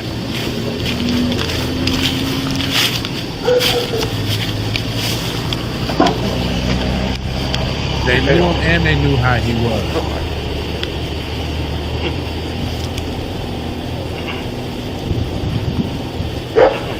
After speaking with the family, deputies began to see that Jared's recent behavior had not started that day. The earlier ambulance calls, his mother's doubts about drugs, and the suggestion that he already knew what happened all added to their concern. But with several buildings and family members on the property, a misunderstanding over which home mattered was about to create a new problem. Sergeant. I know you didn't know what this defendant should. Sir? I know you didn't know what this defendant should. Well, I hate it happened. They said that the deceased lady and old boy that's in the back seat of Dion's car got married last September, and all they know is her name is Angie, A-N-G-G-Y. But she works at Cheppy's, or worked at Cheppy's. So if she doesn't have any, I'm thinking, we ain't gone in there. Hopefully she's got there's some ID in there, but they could ID her if there's nothing in there. And that's pretty much it. I didn't ask Mama or brother a whole lot. All right. Thank you, sir. All right, bye. I forgot to tell you, Sergeant, when I was just getting Mama's information, and I said, "Oh, I'm listening. She said, he's been acting funny lately, and he told me it happened this morning." Really? Are you the homeowner? We'd like to ask for your consent to go into the house. Into my house? Yes. No. Okay. Without, we're going to get a search warrant. JR's right there. Okay. What do you need to go in my house for? Isn't that where the body's at? No, sir. No, sir. Back house. Okay. Back house. I've got 9 dogs in there. I apologize. I was told. No. I apologize. Well, you don't have to talk to me and start threatening me with God search warrant. That's not needed. It's not necessary. Sir, I was asking for your consent. And I told you no. And I was going under the impression that the body was inside the house. All right. So are we good? You tell me. Are we good? I am. I okay, apologize to you. Can we get your consent to go into the house behind you? Most definitely can. Okay. Thank you very much. It's just you can't. I've already been told I can't go in my house, and you're going to go in my house. You're going to have to shoot my goddamn dogs to get in the house. And it's not going to happen. We're trying to figure out what's going on here. All right, that's why I'm getting That's upset. all we're doing. If you want to go in that house, I'll let you in that house, but you've got to send somebody in there with me to secure my dogs. If y'all ain't my dogs. We have no intention to. That's why I'm getting upset. So we have no intention of causing any more harm here tonight. Okay, No, it's a misunderstanding. You got something to hide, Bucko. We're trying to get to the bottom of what's going on here. So that's all we're trying to do. Jared. Randy Lewis, remember me? Yes. You okay? Jared, would you mind giving me the passcode to your phone? It's supposed to be a 6-digit code. Sorry, I can't hear. What they blanket code out for? Like we can get his phone. Yes, I forget the rest. So is it? It's Any more to it? And that'll open it up. It's not set or nothing like that. Just okay. Thank you. The access issue relating to Rodney's house was simply a misunderstanding, not a refusal to let deputies examine the cabin. Once officers understood which building belonged to the couple, the father's concern about his dogs no longer stood in the way of the investigation. With the scene secured and the family separated, attention could finally turn back to Jared, who was about to face direct questions about Angie. Uh-oh, that's where it always all fall apart. Hello, he's here. Okay, so it's my understanding you were just in the hospital, is that right? Yes, and after that I started feeling weird. What were you in the hospital for? Stomach pain. Okay, and you know, what hospital did you go to? Motorrun. Okay. So that is your mom and dad's house where you live, correct? Okay. And what's your wife's name? You know what Annie's name? Okay. Do you want to tell me what happened? I think it's important. Something's important. I was not doing that. What was it telling you? If something came in there, what was it telling you? Do you not know, or are you just refusing to answer? Okay. Are you not going to tell us what happened? Look, I didn't do it. you can't even keep a straight face, buddy. She was just a piece of trash you threw out. I know. The more Jared avoided a direct answer, the more his apology worked against his denial. Investigators used an appeal to remorse tactic, urging Jared to take responsibility and show that he understood the gravity of what he had done. To the investigators, his reaction suggested he understood the seriousness of their questions, even if he would not yet accept responsibility. But officers kept pressing for an explanation, and Jared was about to describe a force outside himself while revealing what he had allegedly done. Oh, it's always What did it make you I was screaming. It was telling me. What did it tell you to do? It was like stop time. Like everyone do something and stop. Okay. And time would stop. None of it. I was being forced. Like not my free will. Okay, forced to do what? Forced to just walk. Forced to go. Okay. What did it force you to do to her? What did it force you to do to your wife? It forced me. To what? Why? What did it tell you to do to her? Right. Did it tell you how to kill her? So how did you tell us how you? I don't know because it wasn't Jared. It wasn't Jared. Okay, so it wasn't Jared. It's somebody that was you think that caused you to do it. What did it cause you to do to her? I'm asking you. That's what it made me do. It made you cut her head off. And what did you use to do that with? Where did you get the knife from? It was put in my hand by her. By her?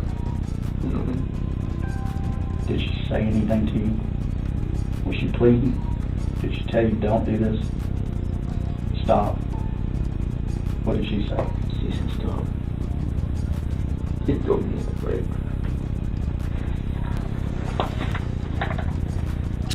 Sure, it's always the outside entity. So what happened next? Did you follow through with that? She's fully clothed. She's on the floor. So tell us what happened. You say after you did what else? You were trying to kill her, or it was afterwards? Or other spots in her body, did you do that after you cut her head off, or before? By this point, Jared's own statements had placed him at the center of the investigation, while the evidence inside the cabin gave deputies probable cause to move forward. With Jared taken into custody, he was booked into the local jail on a murder charge. In July 2024, he pleaded guilty to Angie's murder and was sentenced to 40 years in prison. He later died while incarcerated in January 2026. Dang, that was a twist. He died? Damn, that was a twist. Man, y'all rocking with me. Hit that like button, man. It's over 2,500 people in here across all the channels, man. Hit the like button. Go ahead and subscribe, because this is how we do it on the crime side of the game. Is y'all ready for another story, though? I got one. It's a funny one, too. It's a funny bunny one. It says, gay husband thinks he got away with $381,000 inheritance murder. Let's go. We called in because my other half haven't seen since late Thursday night. This is Herbert Swilley. His husband Timothy Smith has been missing for over 24 hours. When deputies encountered Herbert, they began examining the scene, unaware that what seemed routine was about to escalate into an unsettling discovery. Sheriff's office. He's on the floor. All he's got is a shirt on and his shoes. And this is... When officers told Herbert his husband's body had been found inside the apartment, everyone at that scene broke down. Everyone except Herbert. He's in there, he's not okay? Yeah. He's really... Yes, ma'am. I don't see any keys. His truck's here. He's been here since Friday morning at some point. On March 25th, 2023, officers from the Marion County Sheriff's Office were called to conduct a welfare check on a man inside an apartment. According to the man's husband, 57-year-old Herbert Swilley, he had been missing since the day before, had not shown up for work, and no one knew his whereabouts. Upon arriving at the scene, the officer approached Herbert, who had been waiting on the property, unaware of the horrifying scene he was about to discover. We called in because my other half haven't seen since late Thursday night when we went to bed. He didn't show up for work yesterday. They've called, they've texted. Everybody's called and texted. We don't actually live here. This is his secondary apartment that he uses for his massage studio and other stuff. But his Jeep's been here, the girl's now saying, for almost 2 to 3 days. It hasn't moved, and we can't get a hold of him. We've called, y'all did a wellness check yesterday. They couldn't go in because I don't have a key, so they told me to get a hold of the landlord. He actually has a key. Okay. But they told us not to go in, since I'm not legally on the lease or anything. Okay. So. Oh. What's his name? Timothy Floyd Smith. That's where you live, guys. But it's not like him, because normally he's the executive director at the Brookdale Shambrel Prank Castle, so he's very responsible about it. You know, that's his job. He does everything.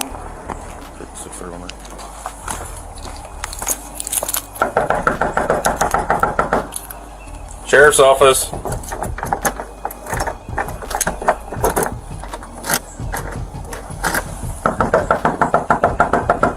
Sheriff's office.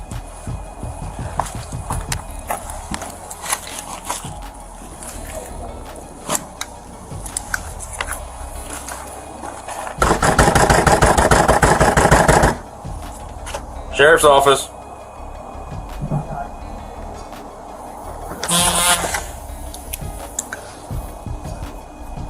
Sheriff's office. While searching the apartment, the officer discovered the lifeless body of 59-year-old Timothy Smith lying on the bedroom floor. Timothy was a well-known figure in his community, as he served as the executive director of a senior living facility in Ocala, had led multiple community organizations, and was deeply involved in charity work. But at this moment, he was found deceased in his own apartment, bearing a dark mark on his neck and visible injuries across his body. The scene was disturbing on its own, yet as soon as the officer began informing Herbert of his findings, the case took a sudden and unexpected turn. Cancel medics. Signal 7. 10-4, signal 7.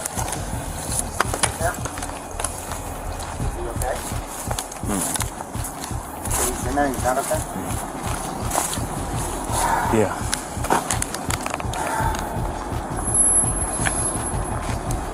Sorry. Well, they would have been here last night if I hadn't given out the wrong phone number. I didn't give them Jack's phone number for the landlord because I have it in as Jack in Ocala with an L. So I thought it was Jack for landlord, and it's Jack of AA that we saw at our retreat. And I gave him that number, and he called me this morning and said, Herbie, I'm not Jack's landlord, so why are you calling me? And I'm like, oh my God, I said, so I've been scrolling through it. It took me 45 minutes to find his number, and I had to find it via text. I've got to call Kevin.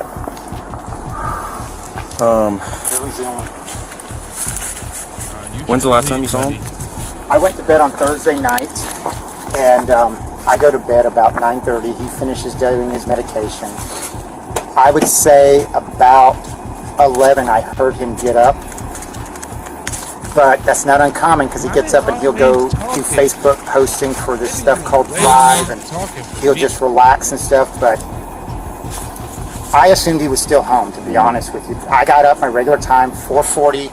I went straight to the gym like I normally do, the Planet Fitness. I came home very quietly because if he's asleep, I try not to wake him because he doesn't have to be to work until 8 or 9. So I went in, took my shower. I left with my work trailer to go to work. I got back because I picked up all the materials, and before I went to the Villages, I figured I'd stop back by the house because I had forgotten to get a change of clothes. So I stopped back by the house real quick. I went in. The bed was unmade.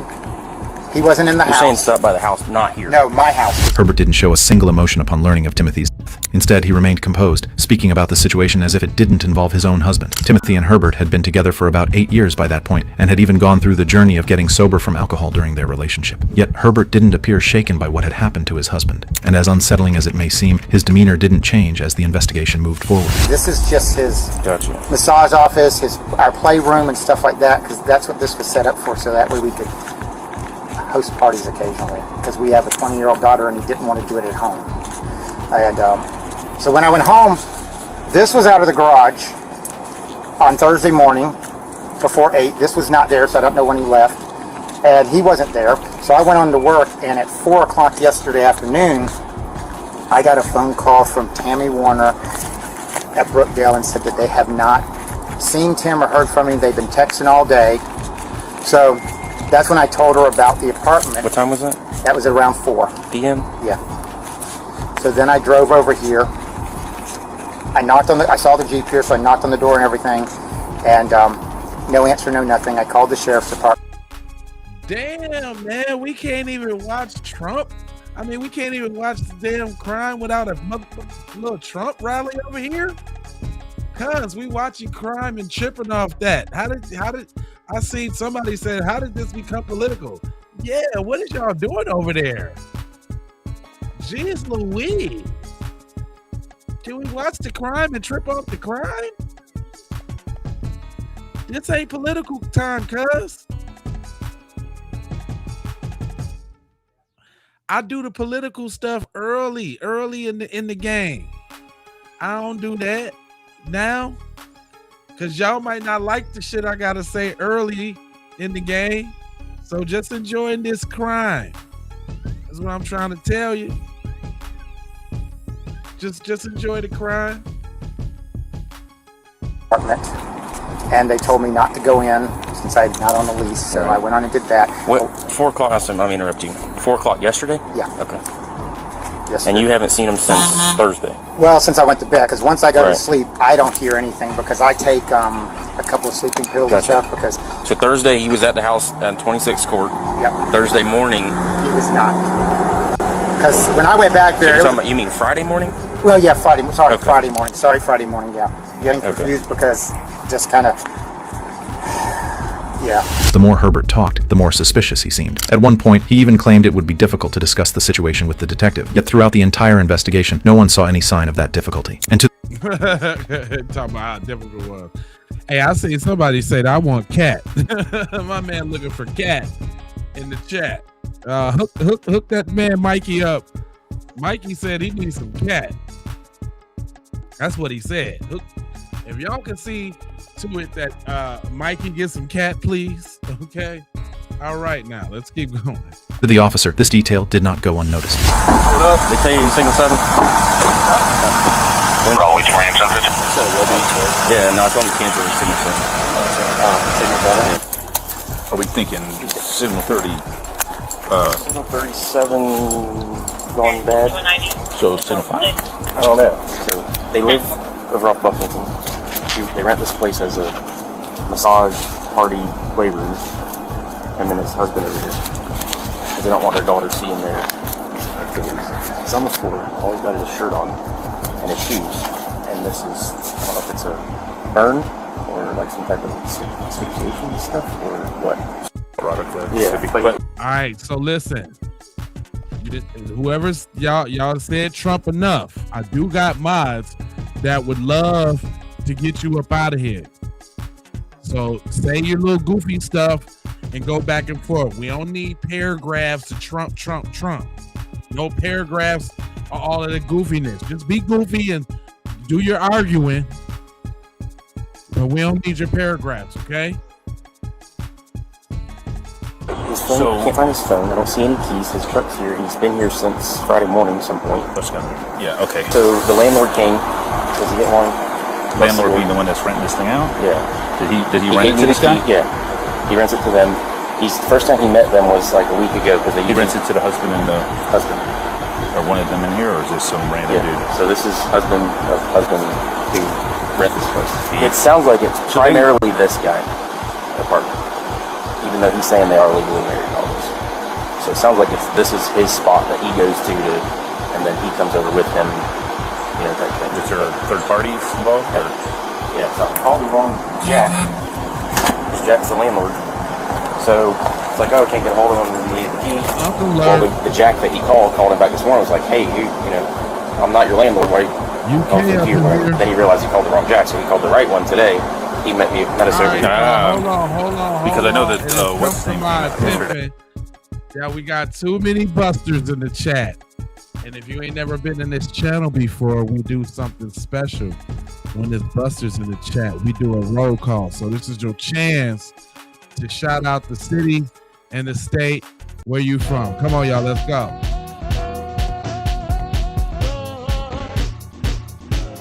Come on now. Where y'all from? We need that roll call. 805 Cali up in here. Connecticut up in here. Louisville up in here. Sacramento up in here. We got London up in here. We got the 502. We got Hartford, Connecticut. We got Dallas, Texas. We got Seattle up in it. We got Knoxville, Bloomington, Minnesota, Ohio. We got Port City, North Carolina. We got Mill Springs. We got Sonoma, Georgia. We got the 502 in the house. We got South Africa in this thing. We got Syracuse, New York. We got Chicago.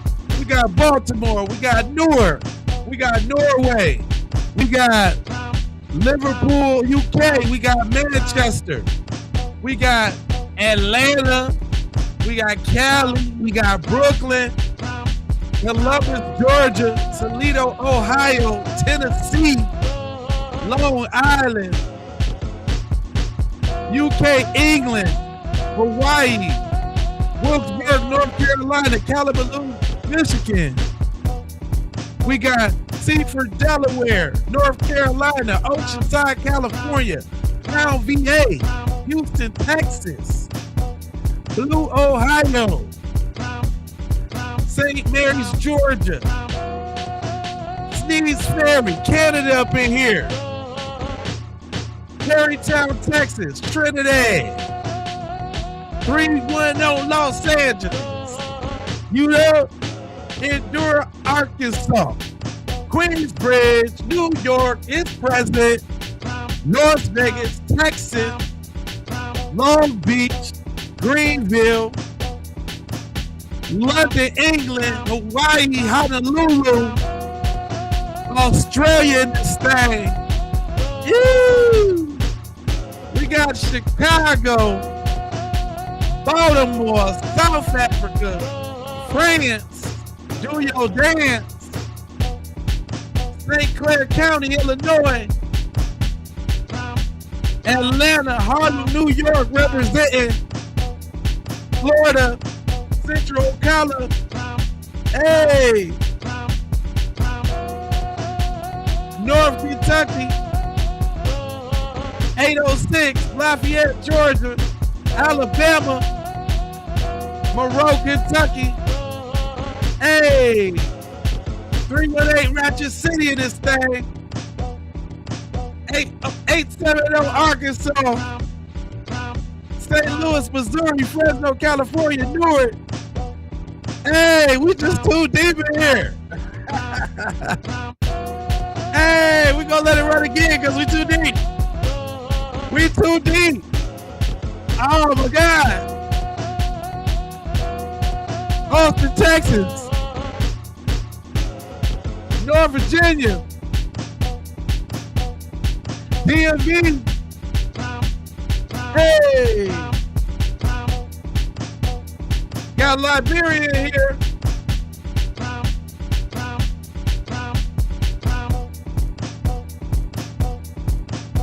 We got a poker in here. Tucson, Arizona. Ocean Springs, Mississippi. Some niggas say Antarctica. Antarctica in this joint. Hey! Phoenix. Oh, I'm from Minneapolis, Minnesota. Northside definitely in this thing. For sure. Hey! Priscilla, thanks for the jewels, babe. Butterfly say super chat my boy up. Hey, thanks for the jewels.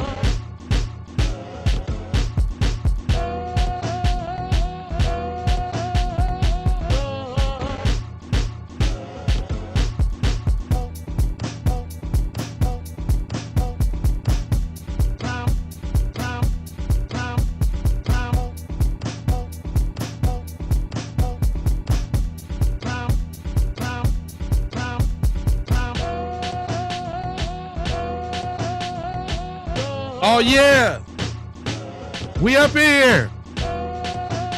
Newport News, Virginia. Tennessee. Hey, 212. It's 212. It's 212. You got 212. Hey, got Eastwood. Los Santos. Hey! If you know, you know.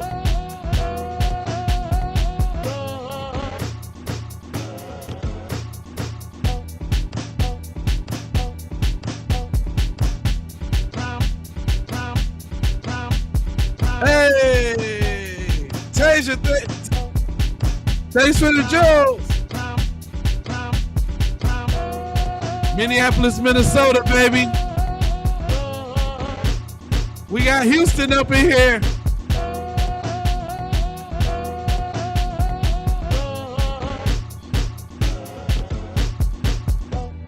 We got Justice for Nolan Wells, Free Carmelo. Oh yeah.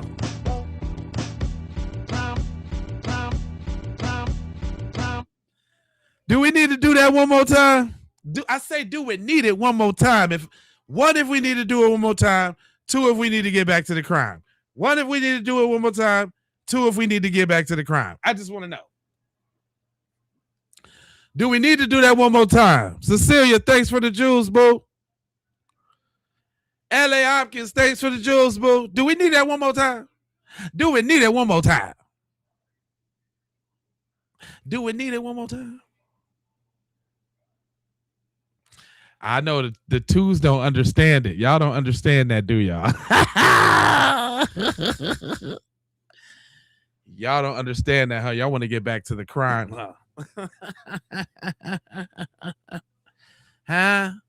Y'all want to get back to the crime? Okay, this is a crime show. Okay. A little bit of Keep It Peace spilled over a little bit.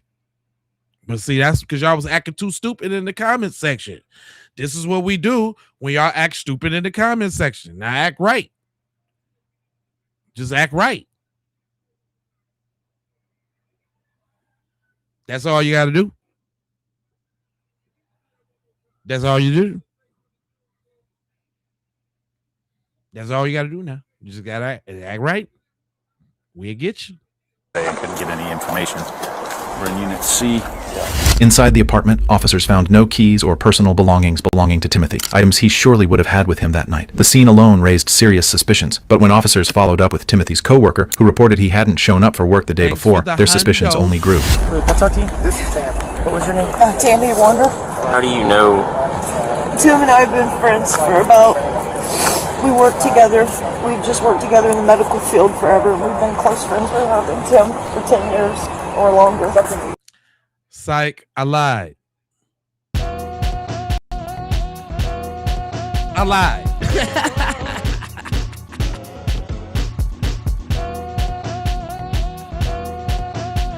I lied.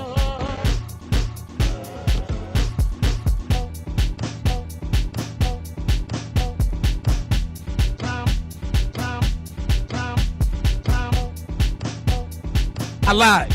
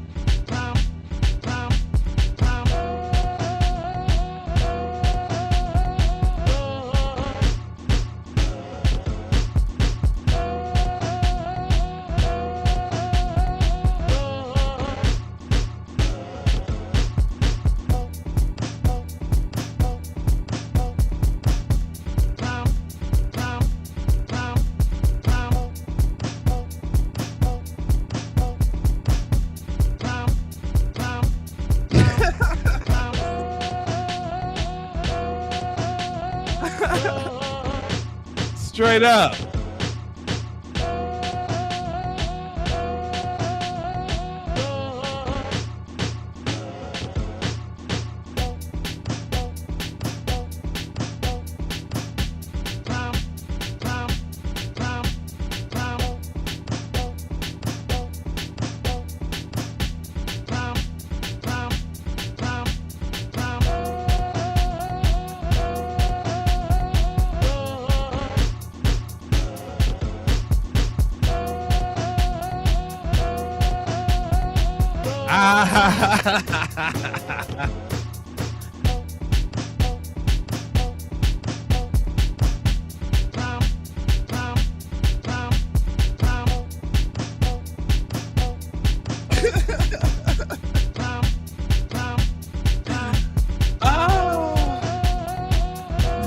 Yeah.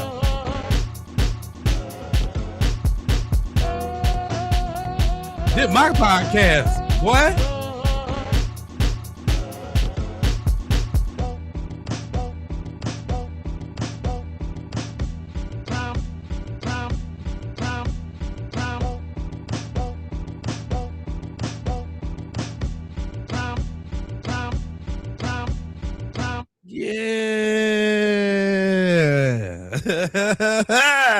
How you feel about that, buddy?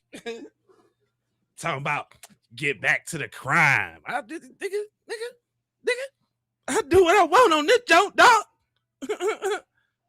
We do. What you talking about, dog?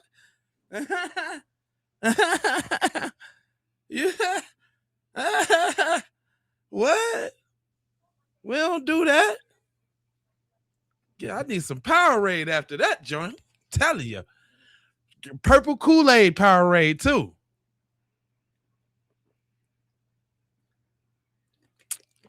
Well, that got the blood moving. That's like church. It's like church up in here, boy. Hey. Hey, so y'all already know who want us to move on. Y'all know who wanted us to move on, right?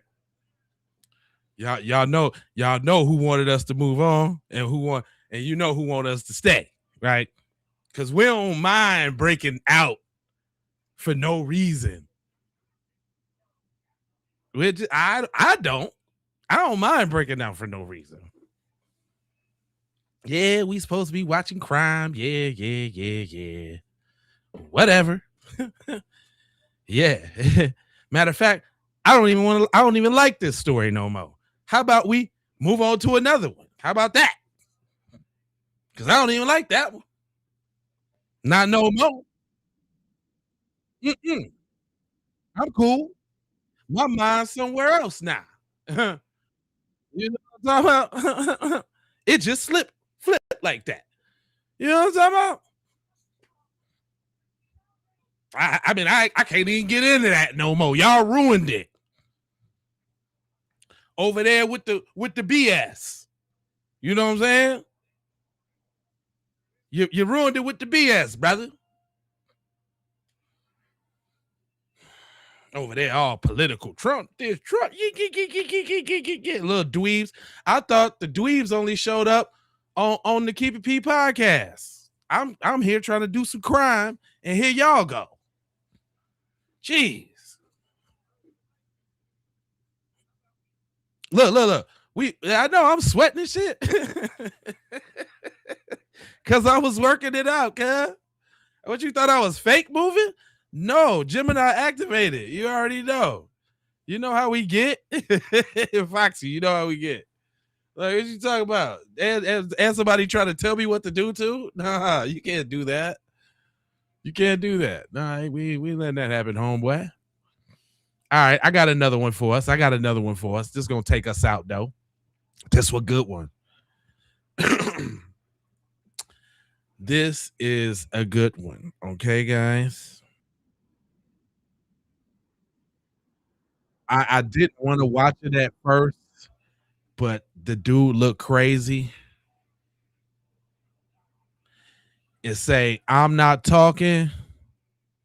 Then he talked for an hour. This is Lunell Anderson.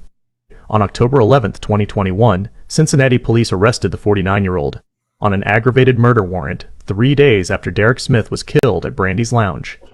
That shooting happened in Cincinnati's Rose Lawn neighborhood. Cincinnati. Prosecutors said the two men were not believed to know each other.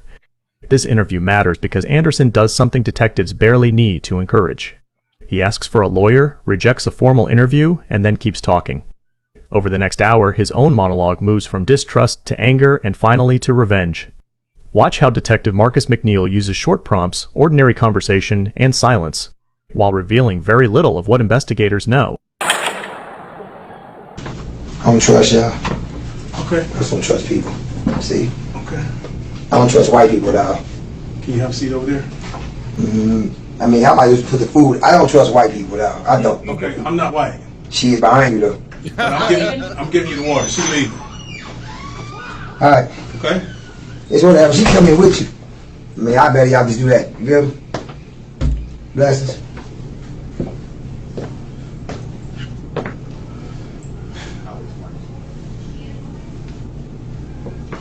We're gonna wait for 1 minute on this, all right? Then you'll get it. Wait for the other detective to get here. All right. It's gonna be all right, man. All right. We're gonna see where this is going right now. So, Mr. Anderson, I'm Detective McNeil. This is my partner, Detective Fields, Cincinnati Police. And we would like to speak with you. I don't want to speak to nobody but my lawyer right here. Okay. All right. So if y'all done, I'm just detained. I ain't under arrest. I like to leave.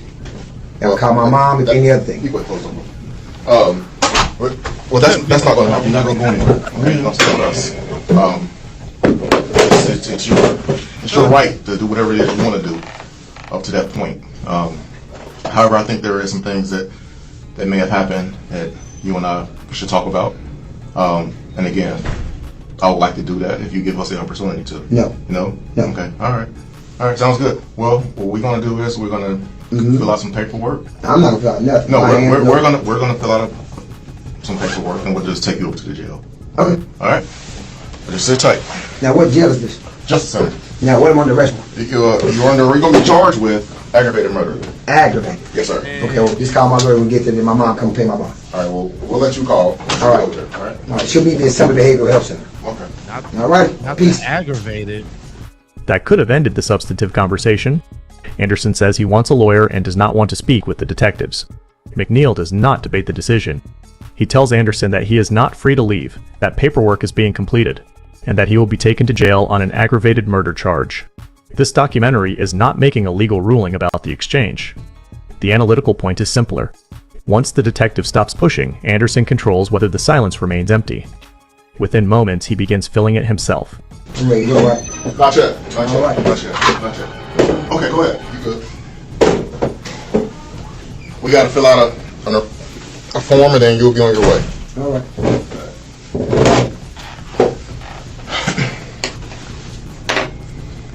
Y'all want my signature on something or something?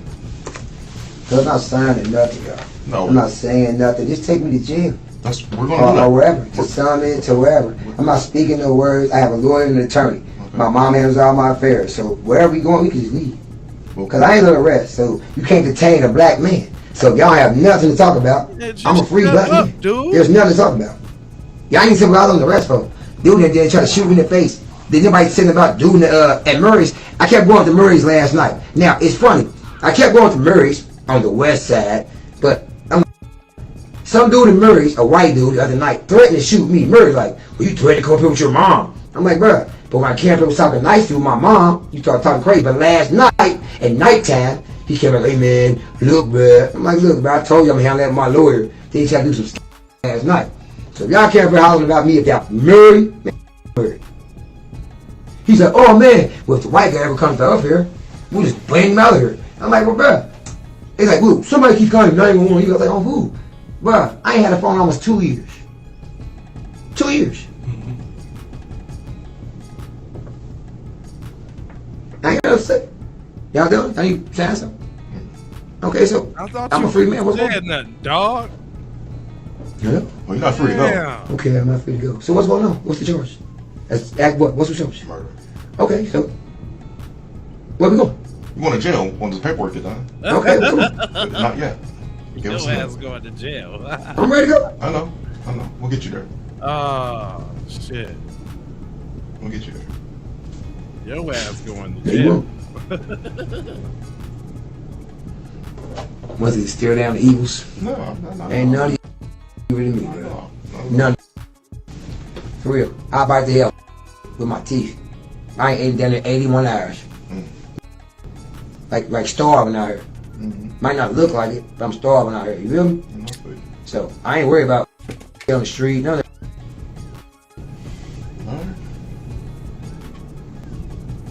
Can y'all uncuff me before I can drink the water? No, I'll keep some. So you pour water in my mouth?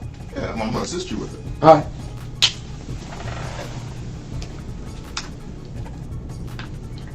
I might not look like it, but I'm starving out here. Some more? Not really. These need my teeth fixed.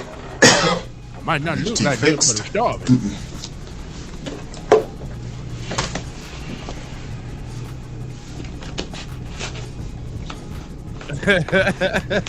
81 hours. Oh my god.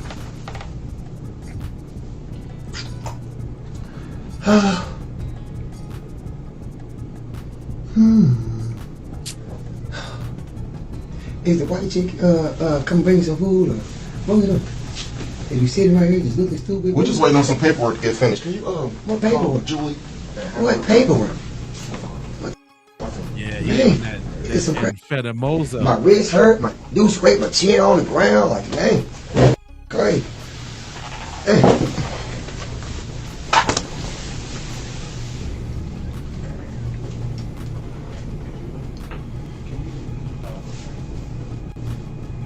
Said you ain't had nothing to eat in a couple hours? 81 hours? Is that what you said? Yeah, that's that speed. Not so long ago. Listen to the contradiction in the conversation, not as proof of the crime, but as an interview dynamic. Anderson repeats that he will not sign anything and has nothing to say. In the same stretch, he offers a story about a different confrontation, names places, describes people, and returns to what officers did during his arrest. McNeil does not need to challenge every claim. Each new subject keeps Anderson speaking, and each volunteered statement gives investigators another piece of recorded context. So you're a Bengals fan? What? That hard? What you mean? How my whole life? What you think about yesterday? The weirdest game I've ever seen. For real. Weirdest I've ever seen. That was live right there. Weird.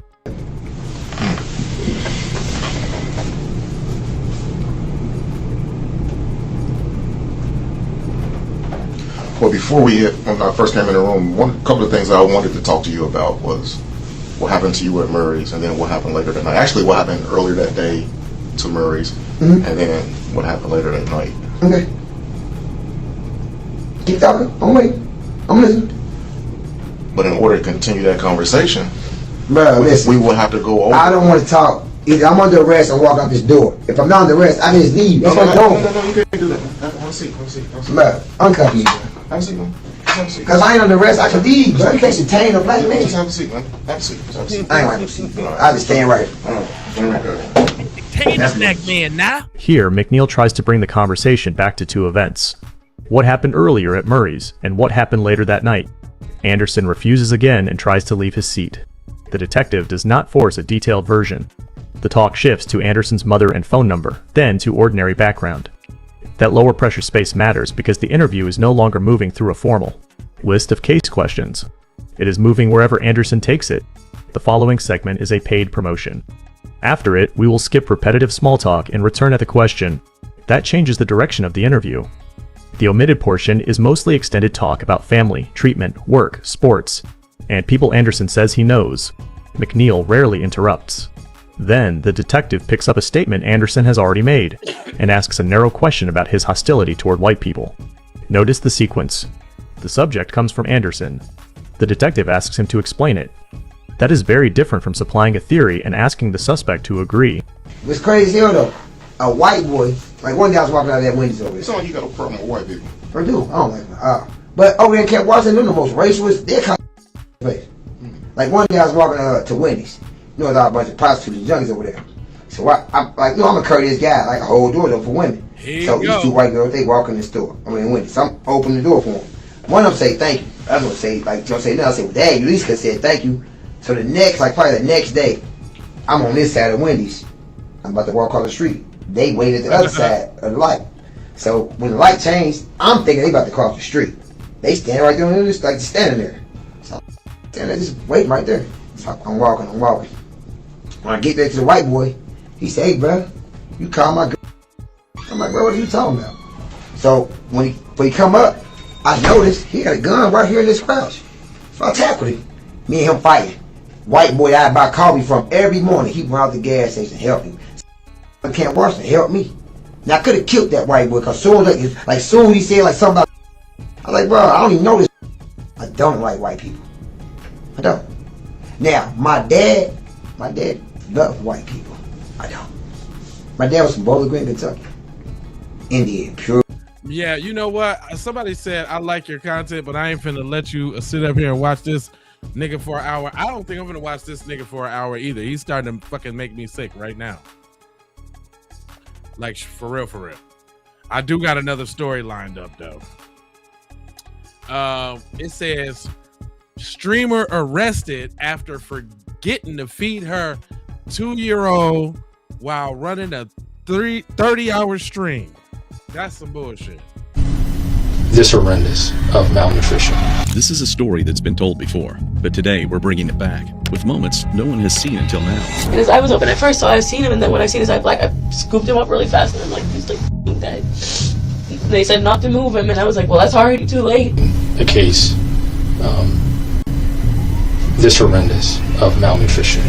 In this video, we'll show you unseen footage that reveals what really happened behind closed doors. But first, let's go back to the beginning. Officers responded to a disturbing call on March 16th, 2023, at the home of Jonathan Cheek and a female streamer, Sierra Zaytona. Inside, they found a 2-year-old boy lifeless in his crib, a scene marked by severe neglect. The condition of the child made it immediately clear he had been dead for some time.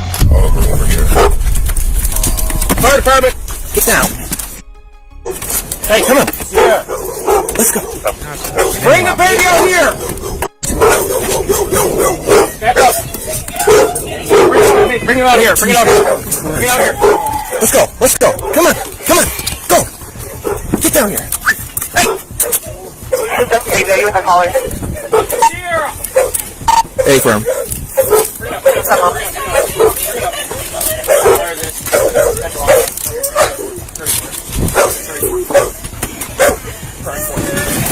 Jesus.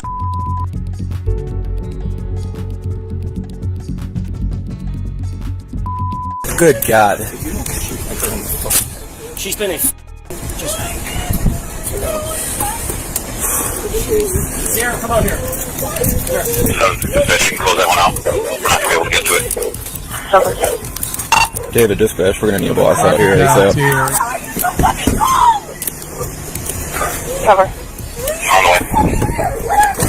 Nope, those are alligators here. Stay back. They know what goes on over here. They know we're not okay. They've seen me. What happened? Hey, stay right there. Sit down. Sit down. Sit down. Sit down. Sit. They've seen it all in this house. Who? John. Who's John? John's the dad. Vince, let's go. Bring it up. Last time you saw this child was yesterday. He was really thin. Make sure there's nobody in there. Get the dogs in there and then get her back out. And two? Can you find out where the kid was at and keep the dogs out of that area? She's in the fucking house screaming, dude. It's like a fucking hoarder house. There's 2 other kids in there. This kid's all fucking emaciated. Looks like it's been dead for weeks. Oh. Yeah. Tiny little child. She's in there just fucking inconsolable. He's got her in the back of my car right now. The female? The female, yeah. She's got 2 other kids here. FD had them over here. But, dude, it's a fucking mess in there. Where's 70 just turns out? Jonathan G. She's always in there. Can you at least get the phone where it has the proof, please? We'll grab it for in a little bit, okay? He's gonna Okay, it's not like we don't believe you, okay? You just gotta give us some time, okay? Nothing's gonna bring him back. It was already hard enough to want to live. They were my only motivation to get us out of here. And now What do you my mean? baby. What do you mean? What do you mean there's nothing that's gonna bring him back? What do you mean by that? My baby. I tried. I was breathing. I was breathing. He's one of those black. What is that? Why is it like that? Why is it like that? Can I just have you put your hands behind your back, okay? Interlace your fingers. Yep. Anything in your pockets that you know about? Okay. Nothing that's gonna cut us, poke us? Okay. No drugs or anything in your pockets? You said no? I got it. Where is it? I'll give it to her in a bit. Let's go this way. So the white jumpsuit? Maybe blow it up. Okay. Okay, can I take off your hoodie, please? Set it down right here. Okay. Take off your shoes. Need you to take off your belt as well. While Jonathan kept a straight face, no emotions, no remorse, it's quite the opposite for the mother who wouldn't stop crying in the police lobby.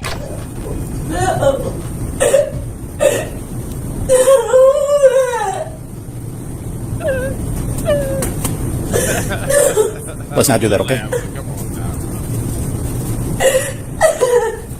As officers processed the home, the parents gave conflicting accounts. The mother was emotional and deflective. The father remained calm, detached, and inconsistent. The truth was later confirmed by medical examiners. The child had died from starvation. Despite a home filled with food, the child had been deliberately neglected. Pathetic. Hours after that arrest, inside a quiet room, detectives sat down with both parents separately. What they said, how they said it, and what investigators uncovered in those moments.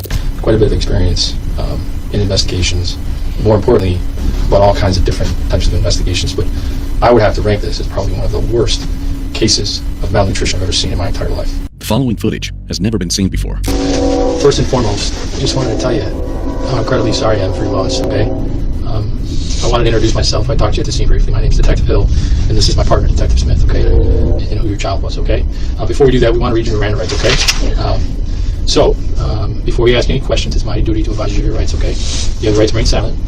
Anything you say can be used against you in a court of law, okay? Do you fully understand the rights that have been read to you? Yeah. Okay. Did you want to talk to us? Yeah. The interview begins with empathy. Detectives keep their tone calm, measured, giving her space to talk. She does. Okay, when's the last time John had a full-time job? Oh my god. Practically never. Never? Like, well, let's go he's back. never even held a job over a month. Okay. And why is that? He don't want to. He's admitted that he just don't want to. Okay. Who pays the bills over there? His parents did, and then now because I'm trying to leave him, he made his parents stop. They don't help him, and on top of it, he don't do it. And now I'm put in a position like, cause now ever since I started doing the streaming and trying to leave him, he's made everything 10 times harder. What do you mean by streaming? Streaming is the only kind of work that I can do. Like where you just sit there on a camera, you talk to people, you play games. I've ran 30-hour streams, 12-hour streams, 16-hour streams, just running myself dry, sitting there chilling with 300, 500, 600 people on camera, getting them to send me gifts and everything else, because those gifts can be converted into money so we can get out of here. And that was the only way I could think to have some sort of suitable income for now to get us out of here. That way I also don't my SSI. That way, when we did get out of there, I'd have like some kind of income to keep us monthly going. Sure. But now it's like everything's gone, and the dream I had for our family is gone. Fraud. Is any of that, you said that streaming stuff, does any of that involve any kind of pornographic No, stuff? no. It's I regretted not. I wished I did, because I was like, damn, maybe I would have made more money a lot faster. So how much money would you bring in a month in regards to streaming? In a month. Well, between also people sending me money off the line, which was Matt, he's very helpful. He said $2,000 just at one time, just to keep the house from falling under, so I would have a little bit longer to get out of there. All right, like, so I would say, I know we at least made more than $5,000. We had to at least make $5,000 more than that. Impossible. I did the 9 hours. No, since we started, yeah. Since we started, or you started? Yeah, well, me and the kid, I say we because it's our goal. It was our goal. At first, her answers come easily. She explains their lifestyle, their routine, how things worked inside the home. But even early on, something feels off. She describes long hours spent streaming online, saying it helps support the household. But when detectives ask about childcare, the answers start to shift. So who cares for the kids all day? Well, Are they in school? No. Thing one won't get his shit together. He won't get together. He won't make the calls. Well, he did now only because during me deciding to step up against both of them and out them, one of the times he tried to use his control pawn. Oh, I'm gonna come get him, and I'm gonna take him with me. And I flipped out. I pulled up on him and I exposed him in front of his girlfriend. Okay, I'm talking about John right now. Okay. Oh yeah. So well, I know that was about the school part. That's okay. Custody. Okay. I've literally been in his life since day one. I know, but you babysit him every day. You babysit him every weekend. Pretty much every day, yeah. Okay. There's been times that he's been over by him for 2 weeks, or been by him for like a month, and then he'll be by me, and it's just back and forth. Also, depending on like our living situations have been rough. Like right now, I'm pretty sure he's in a hotel or just now getting his apartment with a girl, so it's like back forth. In the last 2 years, how often would you care?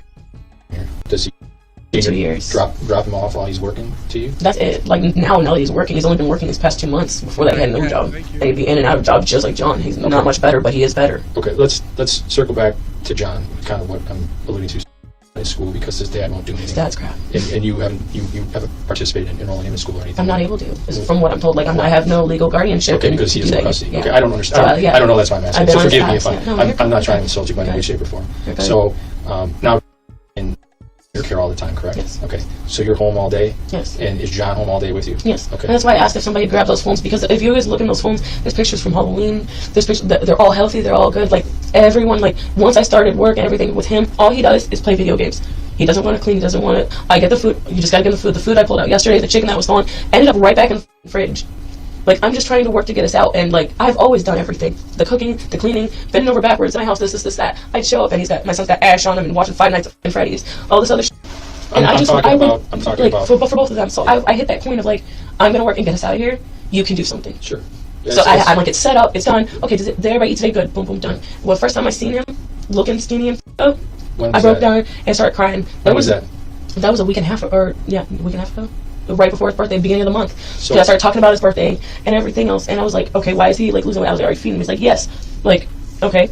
And then when he was like looking scrawny, and I was like, you're not feeding him. There's no way that you are. And we got a humongous fight, and he went over to his mom's, and then he had texted me about, I admitted to my mom about what. And what is it that he said he admitted? Not feeding him and stuff like that. Those times he was like, because during like the beginning when I was like, we're leaving, he was aggressive. There was the bathroom door got broke more than once. He even took the kids' door off their door to give it to the bathroom because he broke that too. Like he breaks everything. Like he fight against him. You argue. You disagree against him. There's no clear structure, no consistent responsibility. Even though she claimed there was, care seems to move back and forth without anyone fully accountable, even when they saw signs that shouldn't be there. Okay, so circling back, and you said that it's your statement that he was showing signs of being skinny around his birthday, which was about a week ago. Mm-hmm. Okay, so that was his birthday was on the 8th of March. Mm-hmm. Okay, and explain to me what.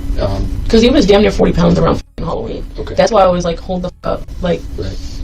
I know I'd been in the room constantly running those hours, but at the same time, like with the fights going down. When you're in that room, how long are you in the room for? Like how many hours? 30 hours, 12 hours, 16 hours. Like I don't stop the stream really. So what you're saying is that how often do you stream for? I stream every day. So you're saying you stream on what platform are we talking about? Meet Me. I was just about to merge over to Twitch and start doing that too because I was freaking out like we're not Explain getting enough what money. Meet Me is. So you're saying that you're in that room for 30 hours at a time. Mm-hmm. Yeah. And you're saying do you use the bathroom at all? You come out of there? I do. Okay. When you're done streaming, do you have any interaction with your family with? It's not been healthy for a long time. A lot of the times there would be a lot of fighting or everything else, and he'd be like, go. I don't want to see you. Get the fuck out of here. You guys leave now. I'm like, how are we gonna leave now? Like after I was like, we're leaving, we're done. Everything else like that. It started blowing up into fights like that, and him pushing me, get out my face. This, that, and running into the bathroom, slamming the door, this and that. Okay. And like he would not. Up until the minute he was like, I admitted what I did. he was like very, I don't know, his breakdowns kind of like stopped you after keep that. saying what you admitted. What is it that you're alluding to? What are you I'm not- trying to tell me? Well, it's what he said to me and what he said to his mom. Okay. Like him not feeding him when he was telling me that he is and this and that. And All when this did- that he was when did you lying. I was find like, out- when did you find out that he wasn't feeding him? Back in March? when Right he, on his well, birthday? that was a confirmation. I already kind of like had a suspicion, but he's sitting here like, no, he got a metabolism like mine. He just eating. I like, no. They said your baby was emaciated, girl. You was sitting up in there with the dead baby corpse in the damn crib. You know what it looked like. She real sick trying to explain this. This is probably like the sickest one tonight to me. So there's no fucking way because when I'm What- taking care of what is- everything, he's just fine. And you say you're taking care of everything. What does that mean? Taking care of everything, running myself thin, taking care of John's the house, food for both of them, doing everything Both the for kids? not just both the kids, both the men. Okay. They're fucking children too. She admits she noticed changes in the child: weight loss, weakness, decline, signs that would be hard to miss. But despite seeing it, she didn't act in time. Then comes the moment that changes everything. Was showing signs of John telling you that he was intentionally not feeding him. What did you do then? I started taking over and like feeding him and everything else and sending food out. Like, okay, this is out. Feed him the PBJ. I said, okay. When I asked him, okay, did you finish feeding him? Because like when I started feeding him, I noticed, okay, like he can't hold that much. So like half of his PBJ, I put back in front of the microwave. I went back to work. End of the night, the PBJ is gone. So I asked him, did you give him the rest? Yeah. And I'm sitting there like, Don't make me think. Jesus. It's only sped up. that's why I did what I did. Child death investigations. Legit, tell him like this and this needs done, and it's my fault for you leaving it on him either. What did you do then? I started taking over and like feeding him and everything else and sending food out. Like, okay, this is out. Feed him the PBJ. I said, okay. When I asked him, okay, did you finish feeding him? Because like when I started feeding him, I noticed, okay, like he can't hold that much. So like half of his PBJ, I put back in front of the microwave. I went back to work. End of the night, the PBJ is gone. So I asked him, did you give him the rest? Yeah. And I'm sitting there like, okay. Did you to see how he was responding to the food that you were giving him? He, like when I was feeding. No. And how were you mixing the cereal for him? You said you were putting it in a bottle. Was Yeah, he put it in drinking the it, or was he bottle. eating it? I was putting it in the bottle. Okay, and he would drink that. Mhm. Okay, and when he was drinking that, He was throwing up. I did notice that, like he was throwing up. That's one of the reasons I told him, make sure like you take it a certain amount of time, and that's why I was in and out and everything else there. I've checked on him sporadically in between. That's why I said like when he left today and I went in there. She claims that Jonathan Cheek admitted to intentionally not feeding the child. That statement shifts the case from neglect towards something far more serious. Uh-oh, I can tell y'all what it is right now.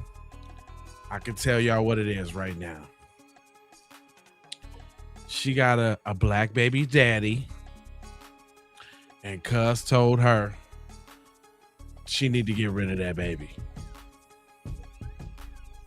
And yeah, that's what happened. Yeah, that's what happened. Anybody else want to take some bets? Right away. I'm just saying. I ain't seen this one before. I seen somebody said they seen this before. We know she lying, but she's mixed. She got a black baby daddy. The baby's black, half mixed, whatever. Cause like I don't want nothing to do with that baby. You got to get rid of him, and she is complicit on letting the baby wither away. Telling y'all. yes. Okay. When you got off the that streaming platform, how many times throughout the day? You took breaks, used the restroom, got something to drink. Did you ever check in on him? Barely. I'm not gonna lie. How many times did you give him a shower from his birthday until today? It's been like 5 days. It's been 5 days. Yeah, it's been 5 days or more. So you haven't showered him in 5 days? Yeah, no. Okay. Ew. I legit tell him like this and this needs done, and it's my fault for you leaving it on him either. What prompted you to call 911 today? What happened today? I seen him looking dead. Okay. And how did I wanted to save him. I wanted him to come home. I wanted him back.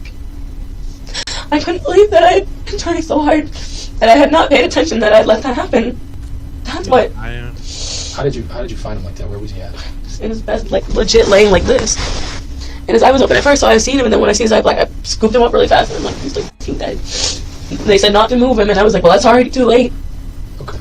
Which bed was he in? Because there was no bed in the room that he was staying in. There's no bed. Is there a bed in There was a bed. You said this on a room. Can you just, is it a crib or is it a bed? Yeah, it's a crib. Okay. Can you? There's no sheet on it like there should have been, and it's 100% like this. It's gross. It's got food and stuff on it.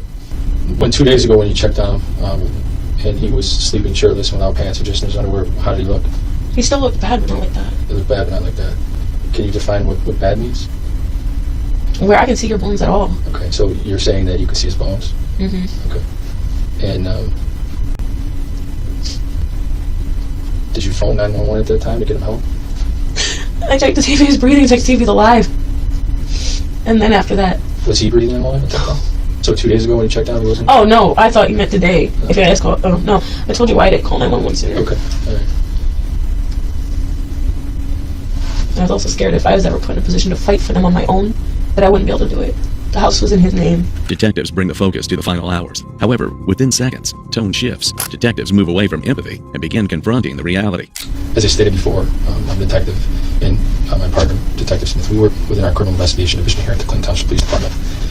And we both have quite a bit of experience in investigations. But more importantly, we work in what's called CPU. It's kind of our child protection unit, so to speak, right? We deal a lot of cases involving child abuse, child neglect, child sexual assault, and then, unfortunately, child death investigations, okay? And one of the things that we've learned over the years is that we've learned about all kinds of different types of investigations, but more specifically in relation to this,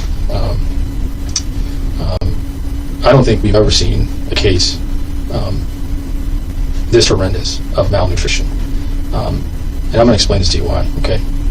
Science doesn't lie, okay? We have a whole team of people we work with. We work with other detectives within our unit. We have supervisors, we have crime scene technicians, we have medical examiners that come out to the scenes. We have all kinds of different people that we work with. It's unequivocally, without a doubt, that extended period of time.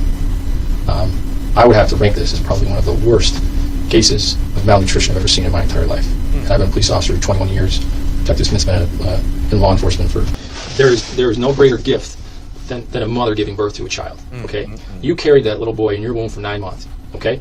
There is no greater gift than that, okay? And you had a tough pregnancy, right? You admittedly, and you're honest that you smoked marijuana because you were in a lot of pain, okay? I was scared of losing him, man. You're scared of losing him, right? But he was born, right? And it's a mother's instinct. It's a mother's instinct to take care of their children, okay? And what I find incredibly hard to believe and hard to fathom, is that on his birthday, this little boy looked like that, and you never got him help because you were selfish and you were afraid that he was going to be taken away from you. And now, he's not with us anymore, right? But I want to know, because that he didn't show those signs at his birthday, they were before that. And you knew they were before that. I was way absent. I know I shouldn't have been. Is it your truthful and accurate statement that you found him, as hard as this might be to be forthcoming about, that you found him today deceased? Yes. So if we were to have medical... if you're telling me the fact that he didn't die today... We're going to find out. I know this, but I want to find out too. Because like I said, I haven't been as attentive and active as I should have been as of recently these past few months. Responsibility is placed directly on her. No more shared blame, no more distance. At this point, there's little left to explain. Responsibility. Well, it's a certain bond that you have with your children when you carry them, right? And especially when you know that your child is ripped, is skin and bones, isn't eating, is vomiting. You said 5 days ago he was out crusty because he puked all over himself. Yeah. I just want to understand. I broke in the fear of losing him in any way is too much. And I ended up making the wrong decision and completely lost him. And thank you for sharing that. Like, I just want, all I ever wanted was my babies and me to be together and be happy. So I fought those 2 years. That's why I did what I did. That's why I was terrified to lose him. I really didn't think that his dad would be capable of just not, and that he would lie. Well, I don't. Sierra, this unfortunately is I know it's real of two parents, not just him. Responsibility to parents. I've been the only one since day one, and he couldn't do a single dime. Well, you said that. Like, I did my best. Like, I failed though. Okay. I could have done better. I should have called him help. I appreciate that. Thank you for I don't care if we appreciate it. It doesn't bring him back. It doesn't fix anything. It doesn't take back anything. It doesn't fix the decision. It doesn't tell me where I should have made a better decision, not just then, but way before then, because all my mind can think of is where down the timeline could I have made a decision where this would have never even became a thing. I've questioned myself, should I have even started fighting to leave him? If I would have just stayed with him, stayed obedient, this wouldn't have happened. Well, if I would have just kept cleaning the house, kept taking care of everybody. That house, you called 911 today. You had access to 3 phones. You spent 30 hours a day, talking to people on the interweb and doing all that stuff. You had every opportunity to call 911 to get medics there. You saw in a matter of a lickety-split second. You had FD. You had 4 police cars there that were trying to save a kid that was already deceased. That's the problem. I get that, and you're only looking at the end of the day. You're looking at him. Stand up for me. Stand up for me. Turn off, put your hands behind your back. All right. You're under arrest for child abuse in the 1st degree. You're done.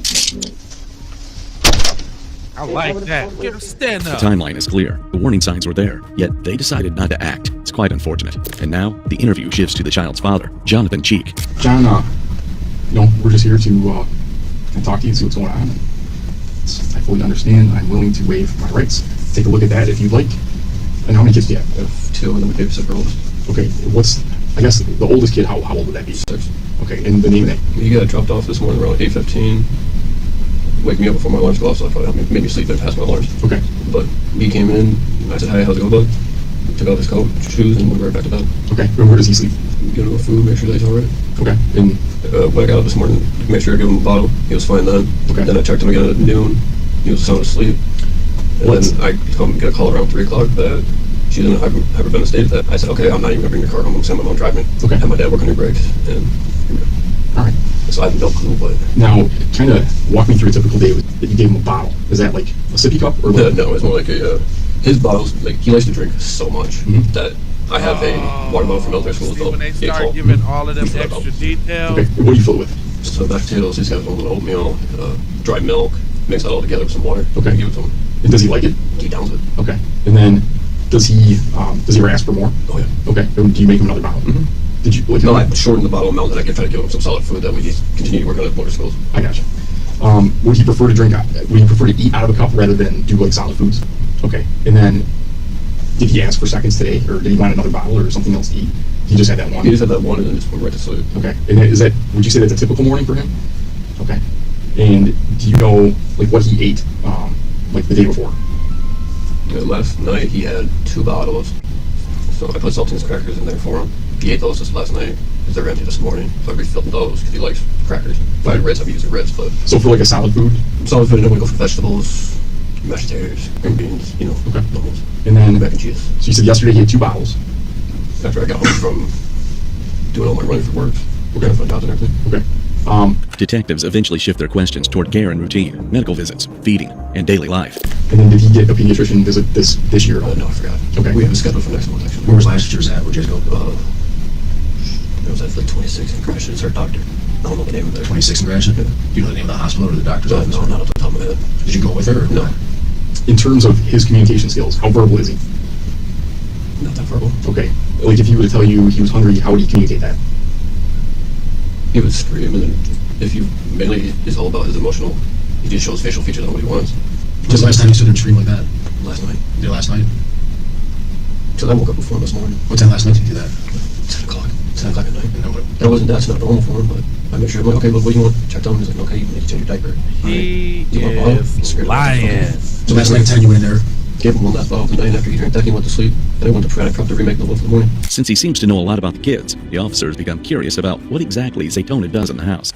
So now you kind of put your hand up like, yeah, that's me. I'm the guy doing it all. She's at home. She works at home. What's she do? She live streams.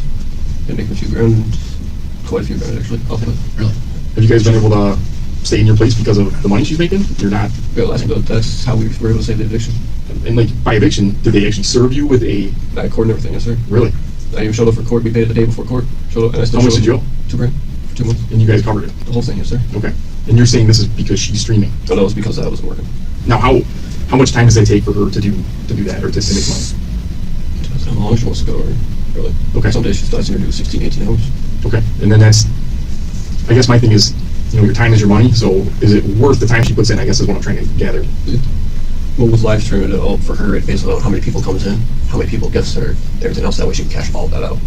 But then there's this one guy that we both know who's directly PayPal her money to help her out too. That's how she was able to get her car, her phone, and she just received $2,000 a day. He claims he handled most responsibilities, while Zaytona focused on streaming. Detectives then decided to focus on the final moments, and he admitted to many things that just doesn't seem right. Okay. And what was it about yesterday that you said something is not right?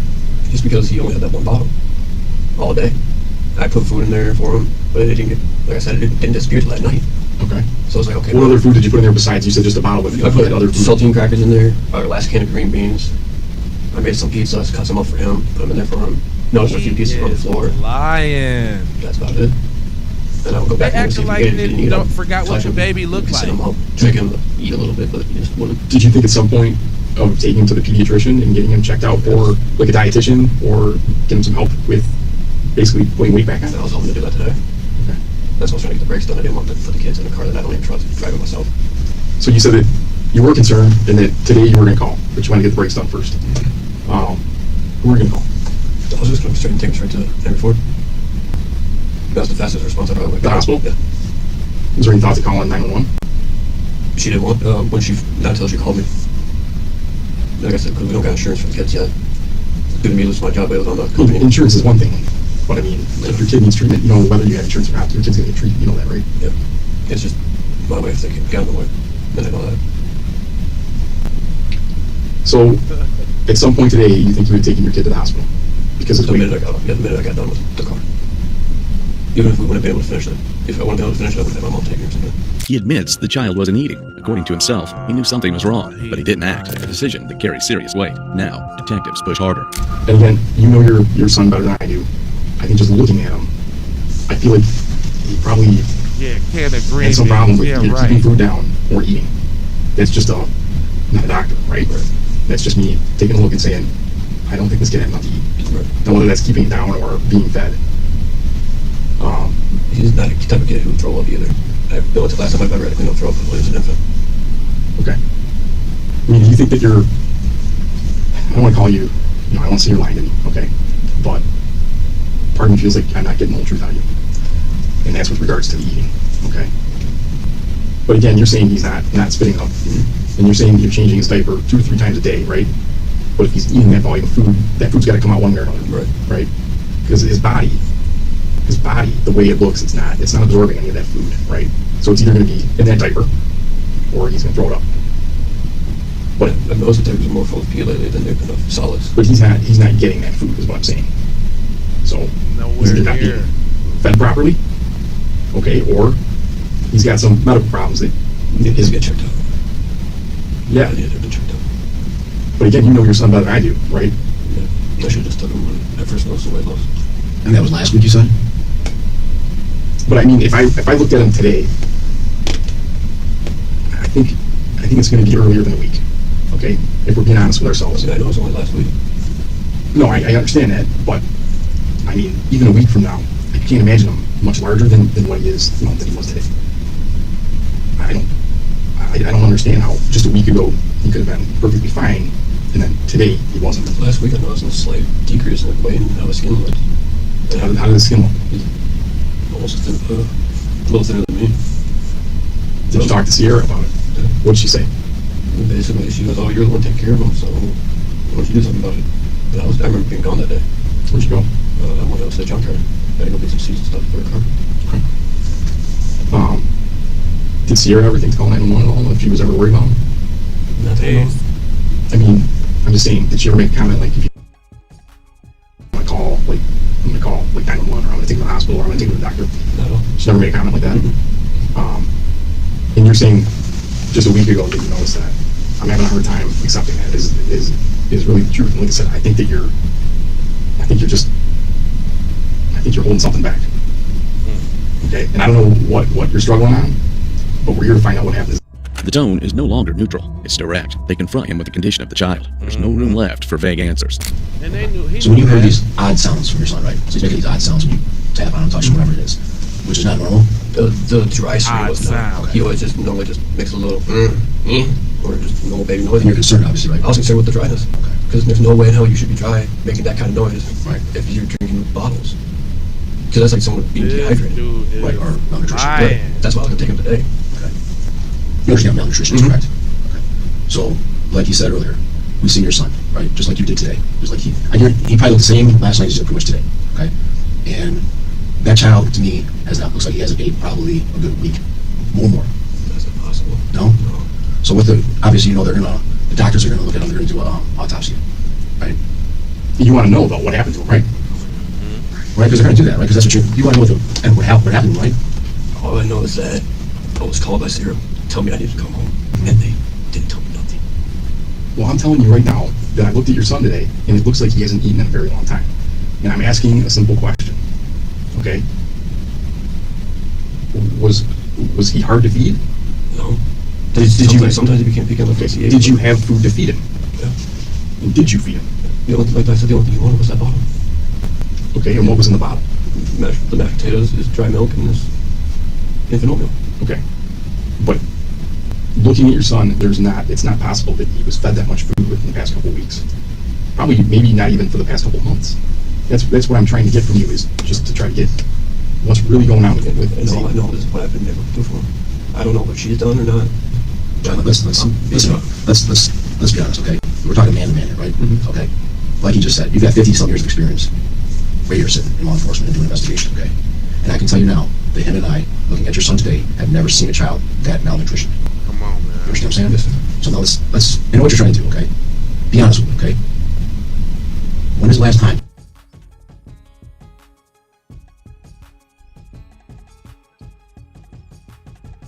Hold on. What's hold on now.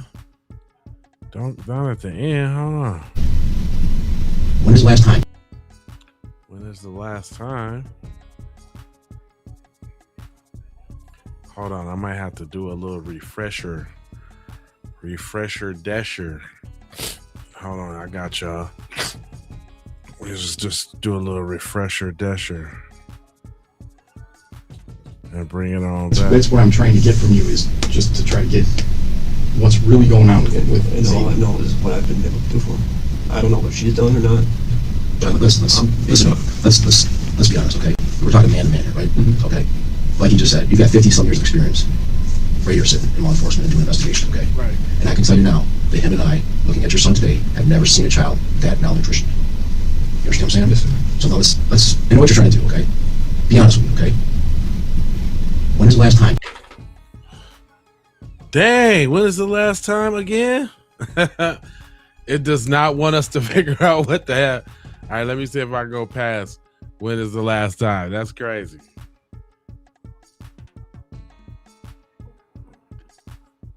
If they don't let me, I'm going to be pissed off if they don't let me get the last of this off.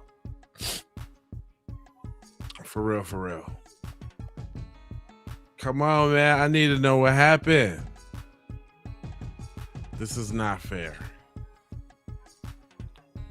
The cliffhanger of all cliffhangers. It will not go, I swear to y'all.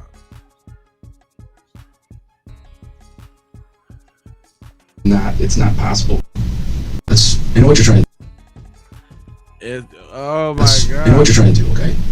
Be honest with me, okay? Be honest with me, okay? I know what they trying to do. They trying to make me go crazy. Cause I'm finna try to figure this out. Why? Don't tell me it's a corrupt file. Don't tell me. Don't tell me. I don't want to hear that. I mean, we know they going down. I just need to hear what for and how long. Look, I can scrub past the thing. It got them up there. Say what they did. Uh-oh, hold on. We back in the game. Hold on. We back in the game. We back in the game. Is that it? Is we back in the game? Nah, I can't hear nothing though. Ah, come on.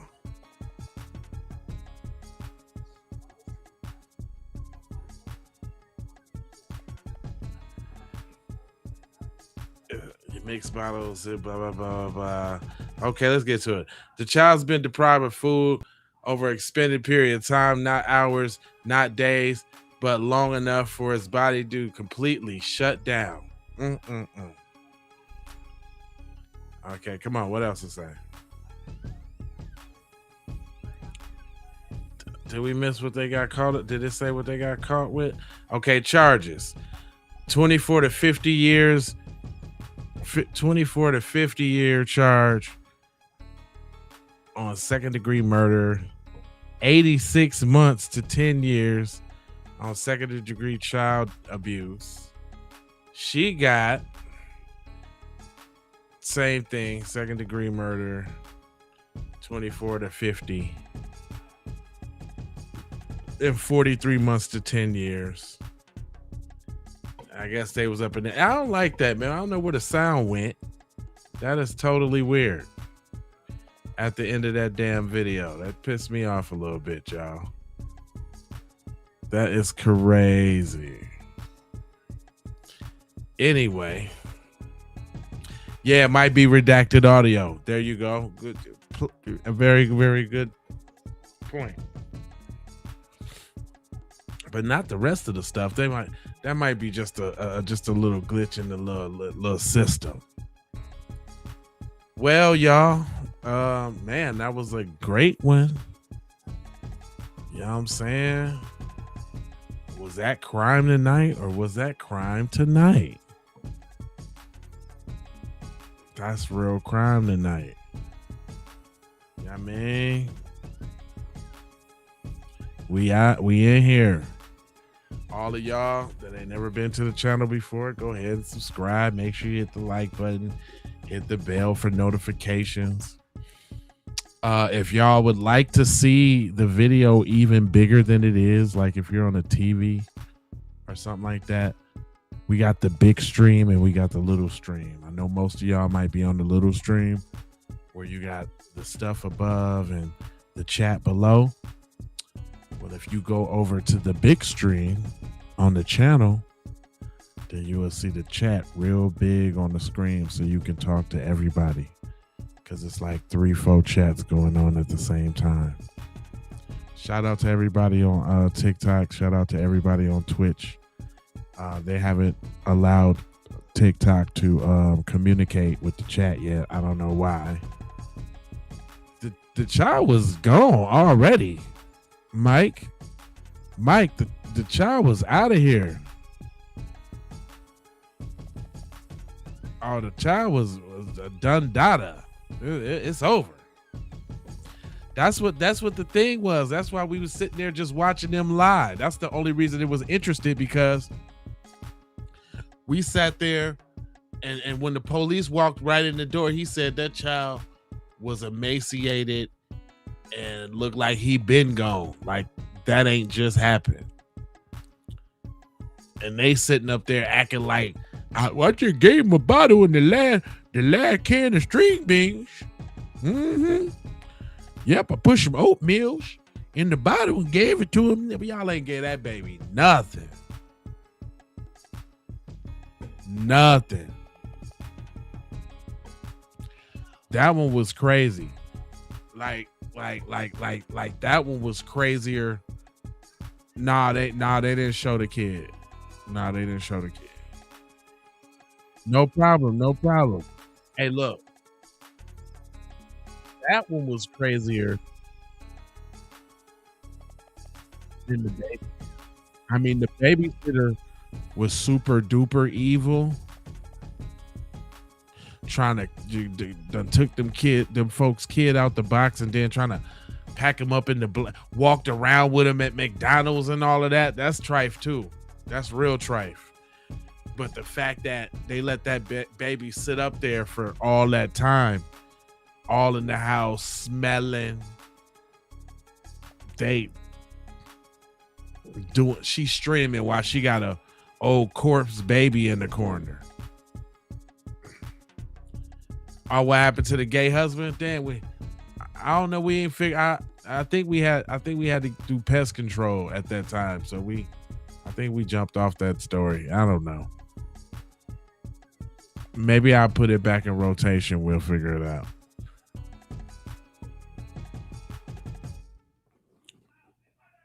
But yeah, man, these night streams be that deal though. I'm finna start doing a lot more crime. A lot of crime. Man, I had the last crime joint that I did.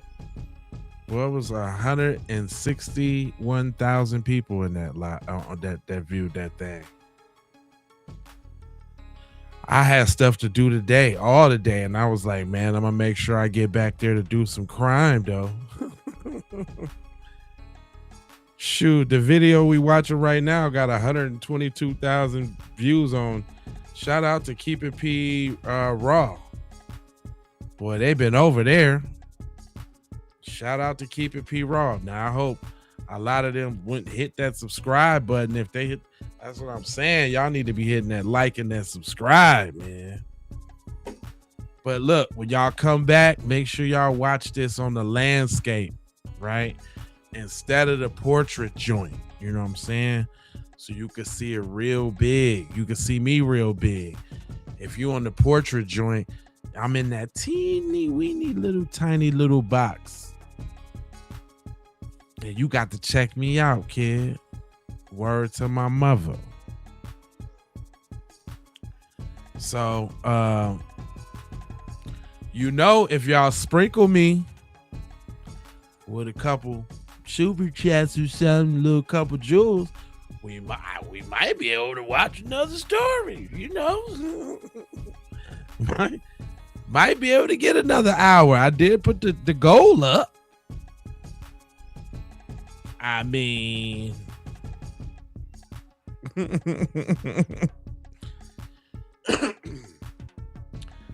I gave you a tray balls. Little tray balls for the night. Little tray pocket. I was indiscriminate with the stories too. Bow, bow, bow, bow, bow, bow, bow. I got a couple more in the dough on the Kokomo Little Joe side of the game. I got a few more of them. And I know y'all hate the children's one. It's a children's one too. It's a cheering one too. Come on now, what you want to do? It ain't nothing but a couple Joes, you know what I'm saying? Boy, get a couple Joes or something. I got a nice one. Real low down, funky, dirty biatch for what she did. She's the scum of all the earths for this one. This one is ridiculous. Movie night with Jay Lava. I'm saying, where else would you rather be? You know what I'm saying? Over here with your boy. I got the purple Powerade. Psst, what?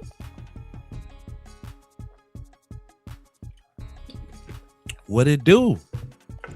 Lil Jim Shoe. What state was they sentenced in? I don't know if did we get a definitive on what state? Was there like maybe we can see it on the police cars or something?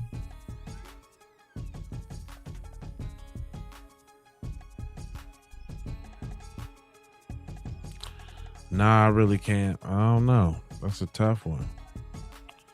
Oh, you know what? If I'm not mistaken, was this hold on, there we go. Clinton Township. Where that narrows it down, don't it? Clinton Township. See if we get a look-see at something else. Nah, that's Clinton Township.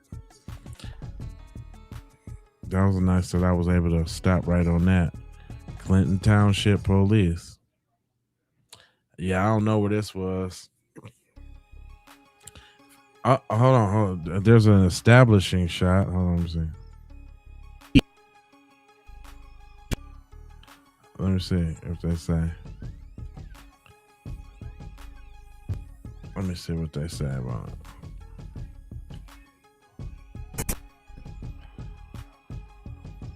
Oh, damn! I can't even get the volume on.